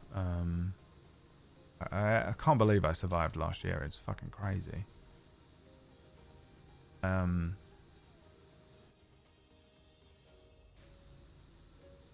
And it took a long time, and I had to face one of my greatest fears last year. Is what happened to me. It wasn't, I didn't have a breakup and it was like, oh, I'm sad about this breakup, and I did do that as well, but I ended up having to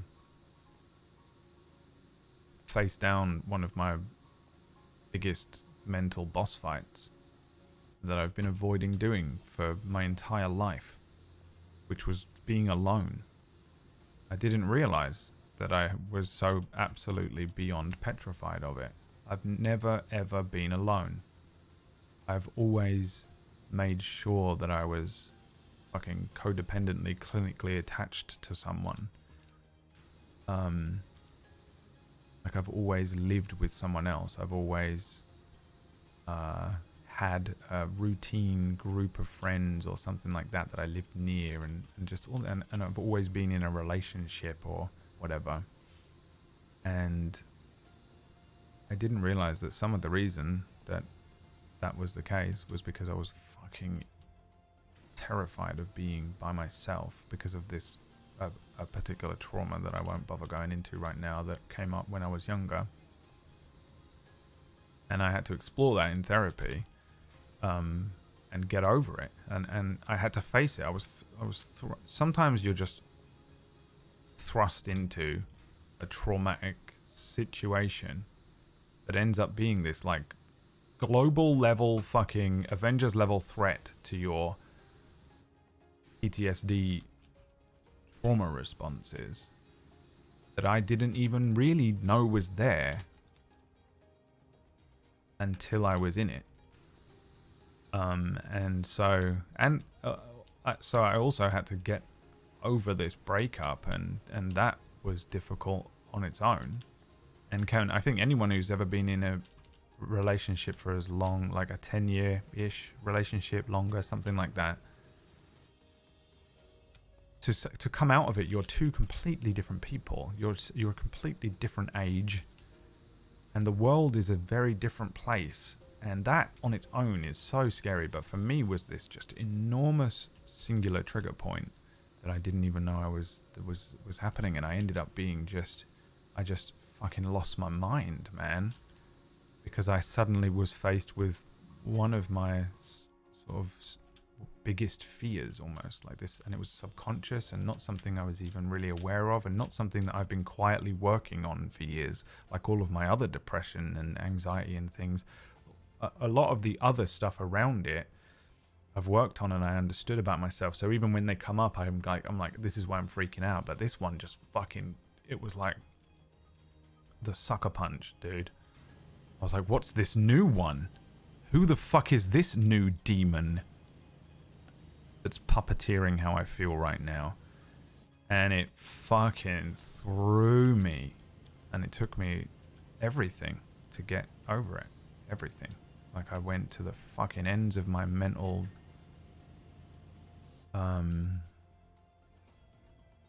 rope. I don't know, like whatever. And I don't, yeah, it's just a really weird thing that happened. But it has also kind of it's because I got over this one that I didn't know was there, that was this lurking evil that has always been there, that I have been subconsciously avoiding my entire life. Well, I faced it down, and I won, and I've come out at the end of it with just this whole new side of life, or myself, something. And most of it really is just stuff like I can just sit quietly by myself in the evening. I can sit without noise now. I've been doing that. I've never done that in my life. I sat the other night with no music on, no TV on, and I was just quietly sitting. Didn't have my phone in my hand, and I just sat with my thoughts.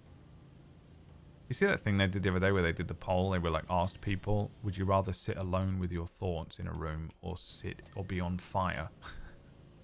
And I don't know if everyone answered seriously or anything, but everyone answered be on fire. And I would have done as well until recently. But I caught myself, and I've caught myself a couple of times just sitting quite happily by myself. And I've been doing it in the mornings as well. I get up and I go outside and I get some sunlight in my eyeballs and I sit on that bench. And at first I was sitting on TikTok and stuff, but a few times I've just sat out there.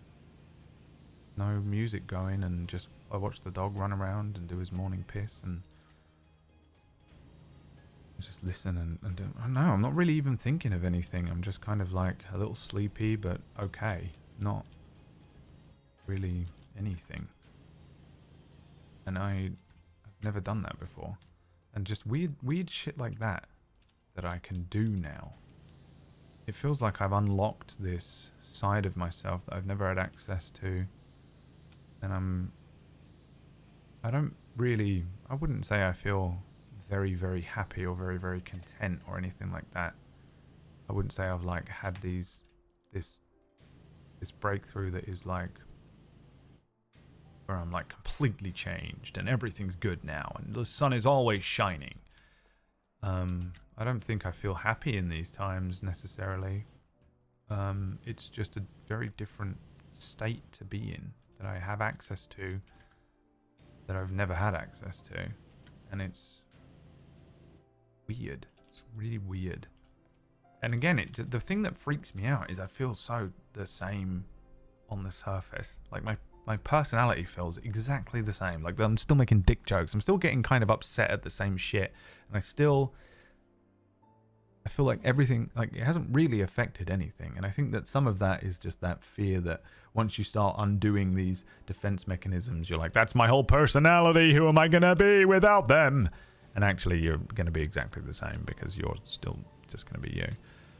And like part of me doesn't want to trust it, but I know that that's just the part of myself that doesn't want to trust anything because that's safer. But yeah, I just have this thing now where I just feel like a lot of people are like, oh, are you been on dates? Are you going on Tinder or any, you know, that kind of stuff? And I'm like, I don't know if I even, like, I really, really feel like if I just lived from now until when I died, and I spent the entire time alone, that it would be okay. And that is fucking weird to say. Because even I feel like that can't be the truth that I'm saying there. That's cope. That's you saying something to cope with this situation. And then I sit by myself in the evenings and watch a fucking TV show. And I, you know, hang out with the dog. And I speak to my friends. And I'm okay. I'm actually okay. And then I go, well, okay. I don't know, man. I don't know, man. I don't know. I don't know what to tell you. And that's not to say I don't want to be in a relationship, or I don't, you know, if someone came along and they were incredible and I, you know, we fell in love and we went to Rome and we did all this stuff, and that would be fine too for me. I'm just saying that, like, for me before, there was never really an option for that. Or at least subconsciously, I think I was always afraid of being alone or something, maybe. But now it is an option. And, yeah, man, I don't know. I don't know what to tell you beyond that.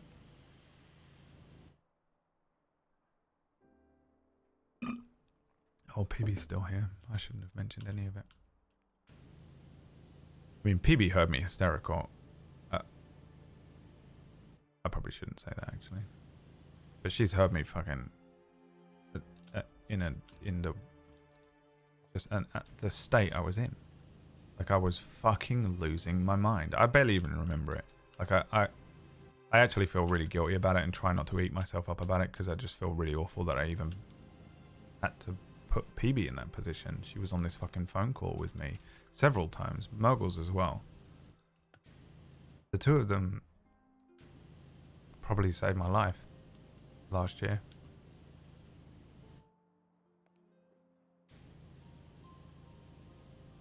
But the state I was in, man, I feel bad about it. And I know that they don't care and I shouldn't feel bad about it. And they went, no, it's fine. But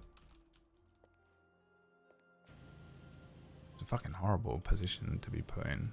PB especially, there was one phone call that I'm thinking of that I'm sure you remember, where I put one question to her and I think I was fucking serious. Who knows? I was not in my right mind.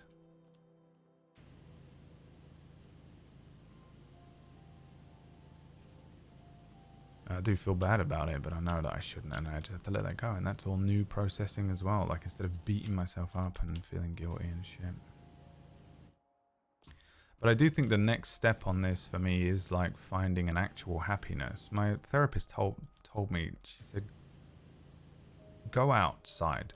And she didn't mean go outside, but she meant go out and find your joy.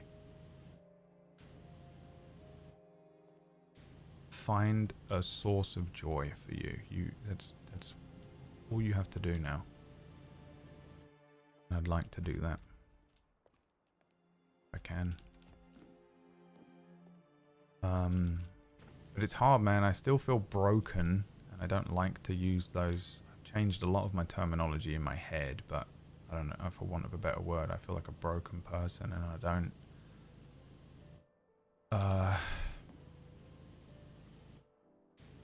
It's really hard to just carry on and invest yourself this late in life when you've tried so many times and failed. And I don't know if I want to say failed even I don't know if I mean that, but it does feel like that sometimes, and it is just really difficult to find that motivation to fucking go out and seek some joy. But I think that is the next step, and I don't know what that looks like. I have no idea. I still feel a little wobbly. And I'd like to know, maybe by this time next year. I won't put too much of a time limit on it. That's what Myth told me. And fucking Myth, weirdly, on a random call, I was like, I have to be better by this time. And he was like, why? Why do you have to be better by this time next year, or whatever I'd said to him? I was like, why do you have to put a time limit on it? That's not how this works. You know, why is there a best before date on this? This is how you feel. It's just how you feel until you feel different. And I was like, yeah. He was like, you don't need an excuse to feel like that. And I think about that quite a lot. And I feel bad. I'm like, I should feel better by now. Like, why are you being such a bitch? Grow up. Man, fuck up. Deal with your shit, man. It's just, like, not helpful.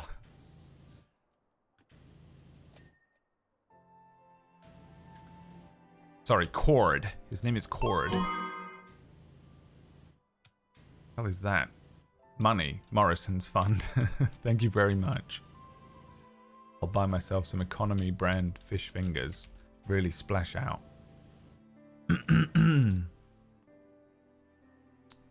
That is the constant reevaluation of solitude. Yeah, I was very afraid of it before, and now I actually find the thing with being alone is it's actually very peaceful, very calming. And it's like I think I was held up by a lot of random things. Like when you're a kid, everyone's like, "Ah, loner, you're by yourself, loser, by yourself, you have no friends, loser." You know, stupid shit like that, and you're like, get older and like, why the fuck would I ever give a fuck about anything a fucking 14-year-old said ever? You kind of just have to undo some of that, rewire some of it. But actually, if you re-evaluate some elements of being alone and stuff, it's fucking dope, man. You just fucking shit with the door open. No one wants anything from you. You're not responsible for anyone or anything. Dude, it's like being a teenager again. But you're an adult this time. You have adult money and shit. I can play video games.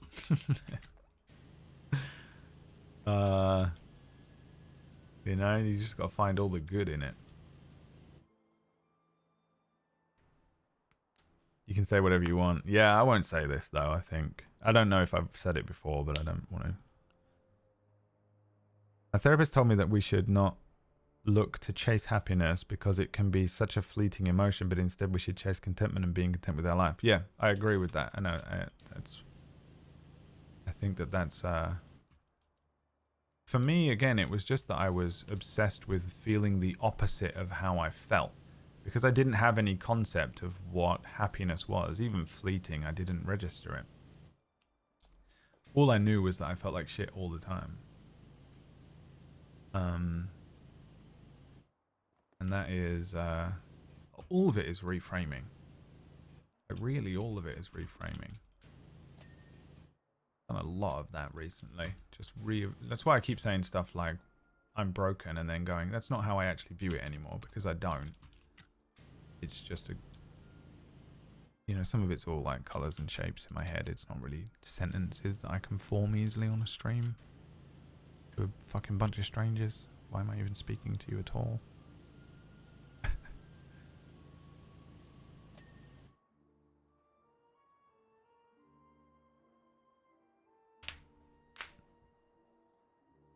Yeah, I haven't figured it all out yet. I'm sure there'll be some more dark days and stuff. But I don't know what happened to me, but I feel like it felt like I was forced to sit and face something very, very scary to me. That I didn't even realize was a particular trauma until I was in it, and I had no real concept of it either. I haven't been spending my entire life preparing for it like I have for some of the other things. And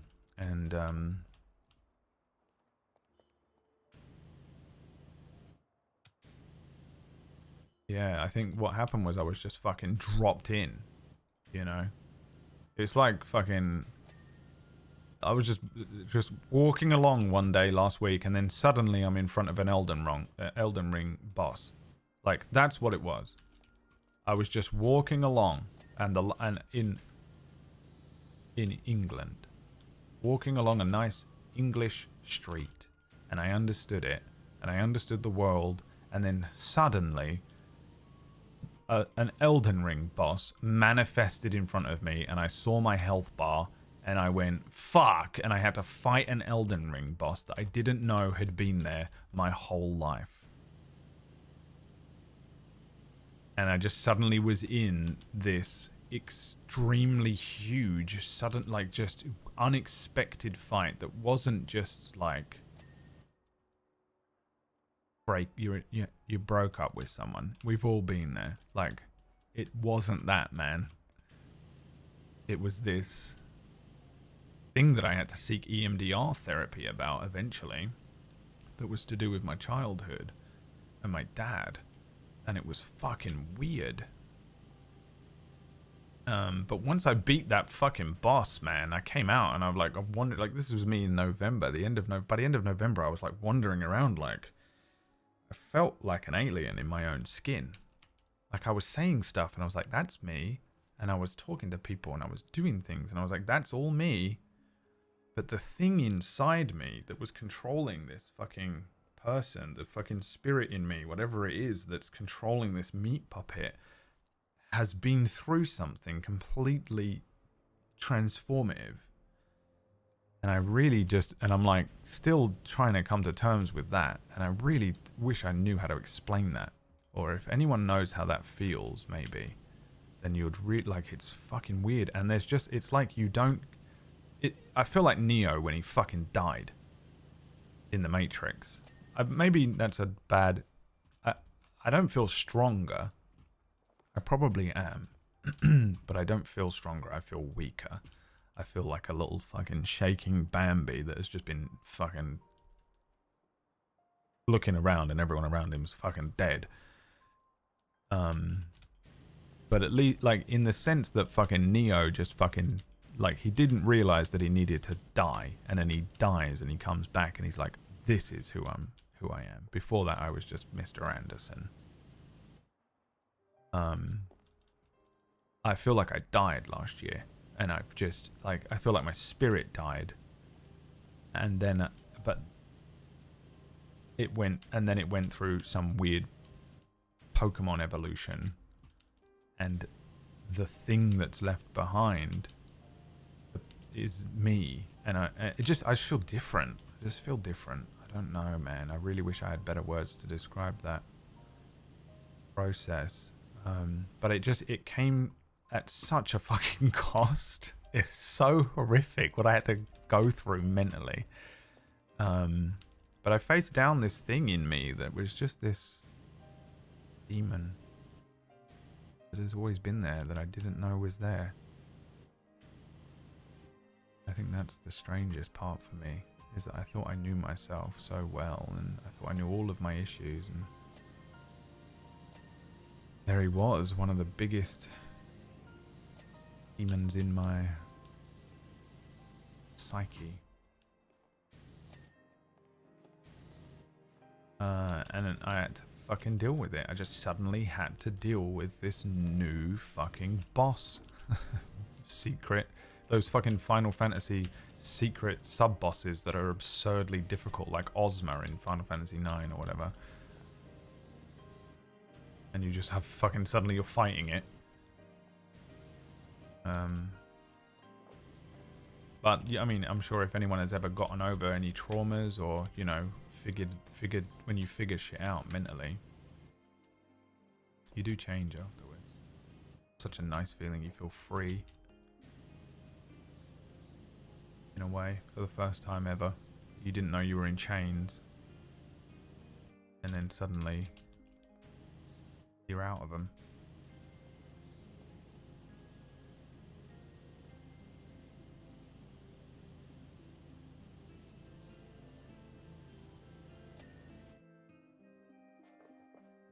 Have I only got to do the last little bits here? What's the time? I wanted to be finished by now, but maybe I can blitz this. Fish finger butties. Yeah, well, I don't have any bread, and I'm trying not to eat too much bread, which is really annoying because I've got 2 pizzas in the fridge, and I've been, like, saving them like they're a fucking delicacy, you know? Like it's, what's that fucking Kobe beef?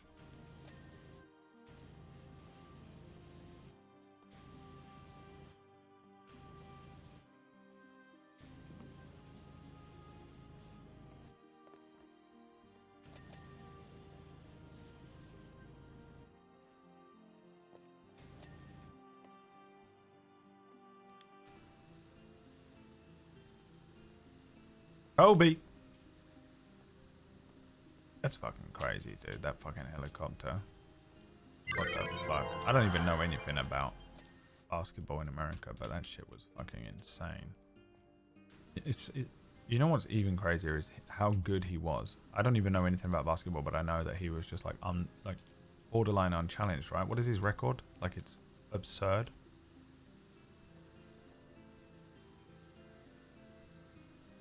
Brad backseat. Oh God. What's upsetting you about this? You want to take over? Thanks for the money, Ratch. I'll see you tonight. Ratch plays Kayak Karak, who is like a fucking mushroom samurai. You heard me. I did not say that wrong. That's what he is. Mushroom samurai. Cleric thing. What are you looking at? Where? Is it this? Yep. Couldn't see it flashing because it was the color of the thing when it flashes. Bar shelf. Kidding me?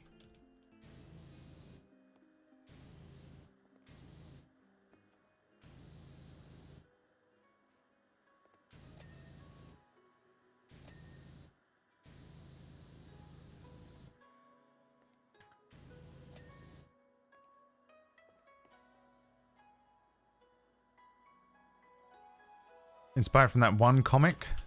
I don't know what. I mean, Ratch can answer it for you. He's right there. I mean, he's super cool. In my setting, there is a Lich King who is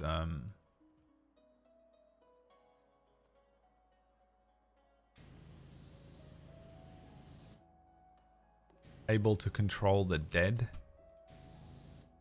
Anything undead is within his domain, and he can pretty much assume direct control. And Ratch came up with because we've all co-built the setting together. I've done a lot of it, but then everyone else has built elements of the setting up. Ratch added this sort of order of clerics that are trying to go against the Dead King by using his own shit against him. They are able to take control of undead creatures and summon their own undead creatures, and they've kind of been along the border of where the Dead King's kingdom is.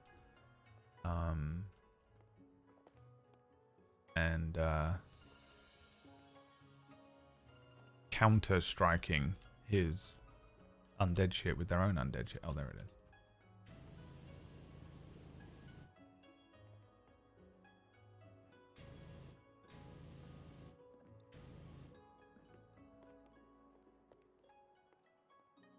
What's the question? The inspiration for Kayak? What is it?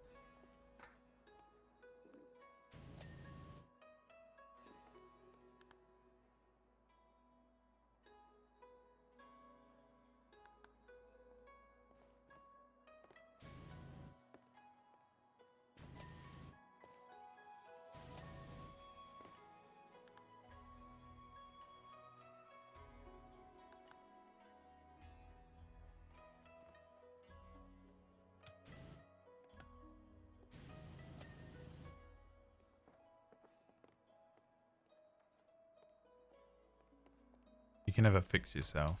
I don't even think that anyone's broken. I think you are who you are.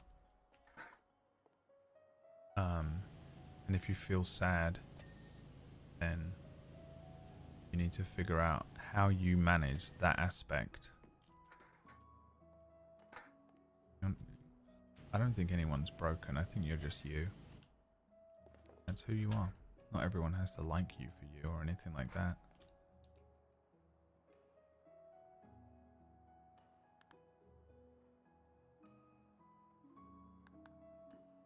Now, is there elements of you that you might want to change or adjust? Yes, you can do that as well. But it's not that you're broken.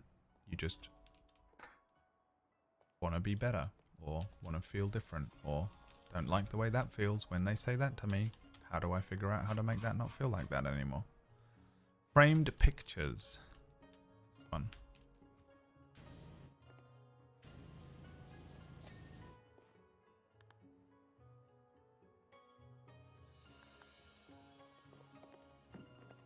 the feeling I need the ladder for all of these.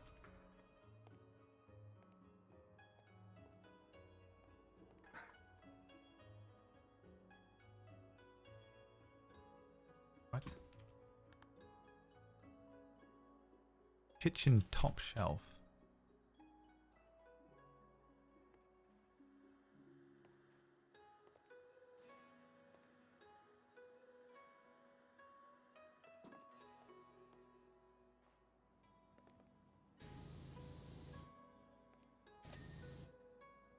Kitchen vent.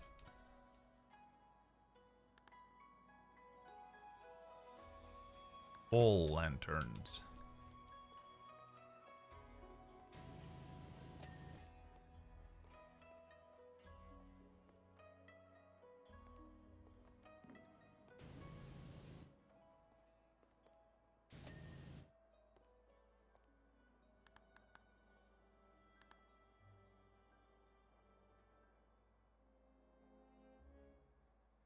Why do I hear Final Fantasy 14 Q Gain music in Tifa's bar? Just trying to show off that he knew what the song was secretly, you know?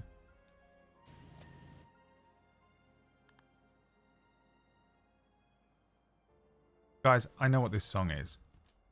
Just, I know that no one else here does, but I do. I know what the song is. I know what the song is. Liquid Snake. Already my throat. Boom.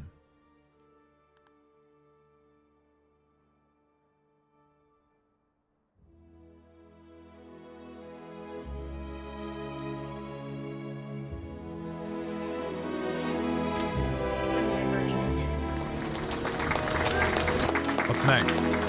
Oh my fucking god.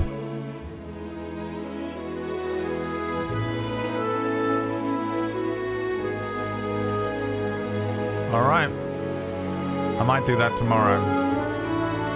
I might only do this tomorrow.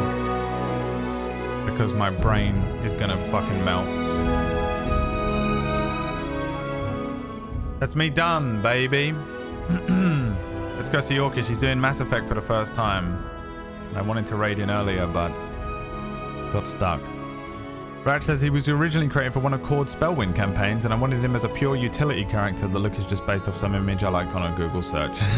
Dude, that's how I come up with half of my characters. It's all good.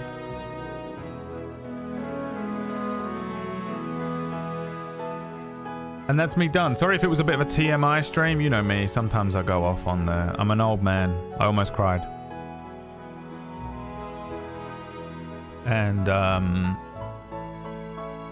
yeah, my throat hurts and I'm a bit lethargic because of the fucking fasting stuff that I'm picking up again. But hopefully you had an enjoyable time. If nothing else, watching some cleaning. I'm going to go and break the fast and have some breakfast at 6:15 in the evening.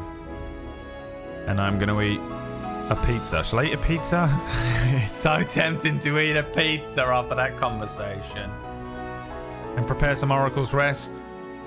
And we'll see, we'll play some D&D with my friends later on. And then tomorrow, I'll probably just do some Powerwash tomorrow. Or maybe we'll just chat some shit. I think I might take it easy tomorrow. Because it's Star Wars Day. So I'll see you tomorrow. Thanks for hanging out, everyone. Go and see my friend Orkish. Please follow and subscribe to him. He's a lovely boy. And you know me, I don't support anyone who I don't love. And if it's suspicious that I don't support someone else, it's because they're Pumpkinberry. And she's awful.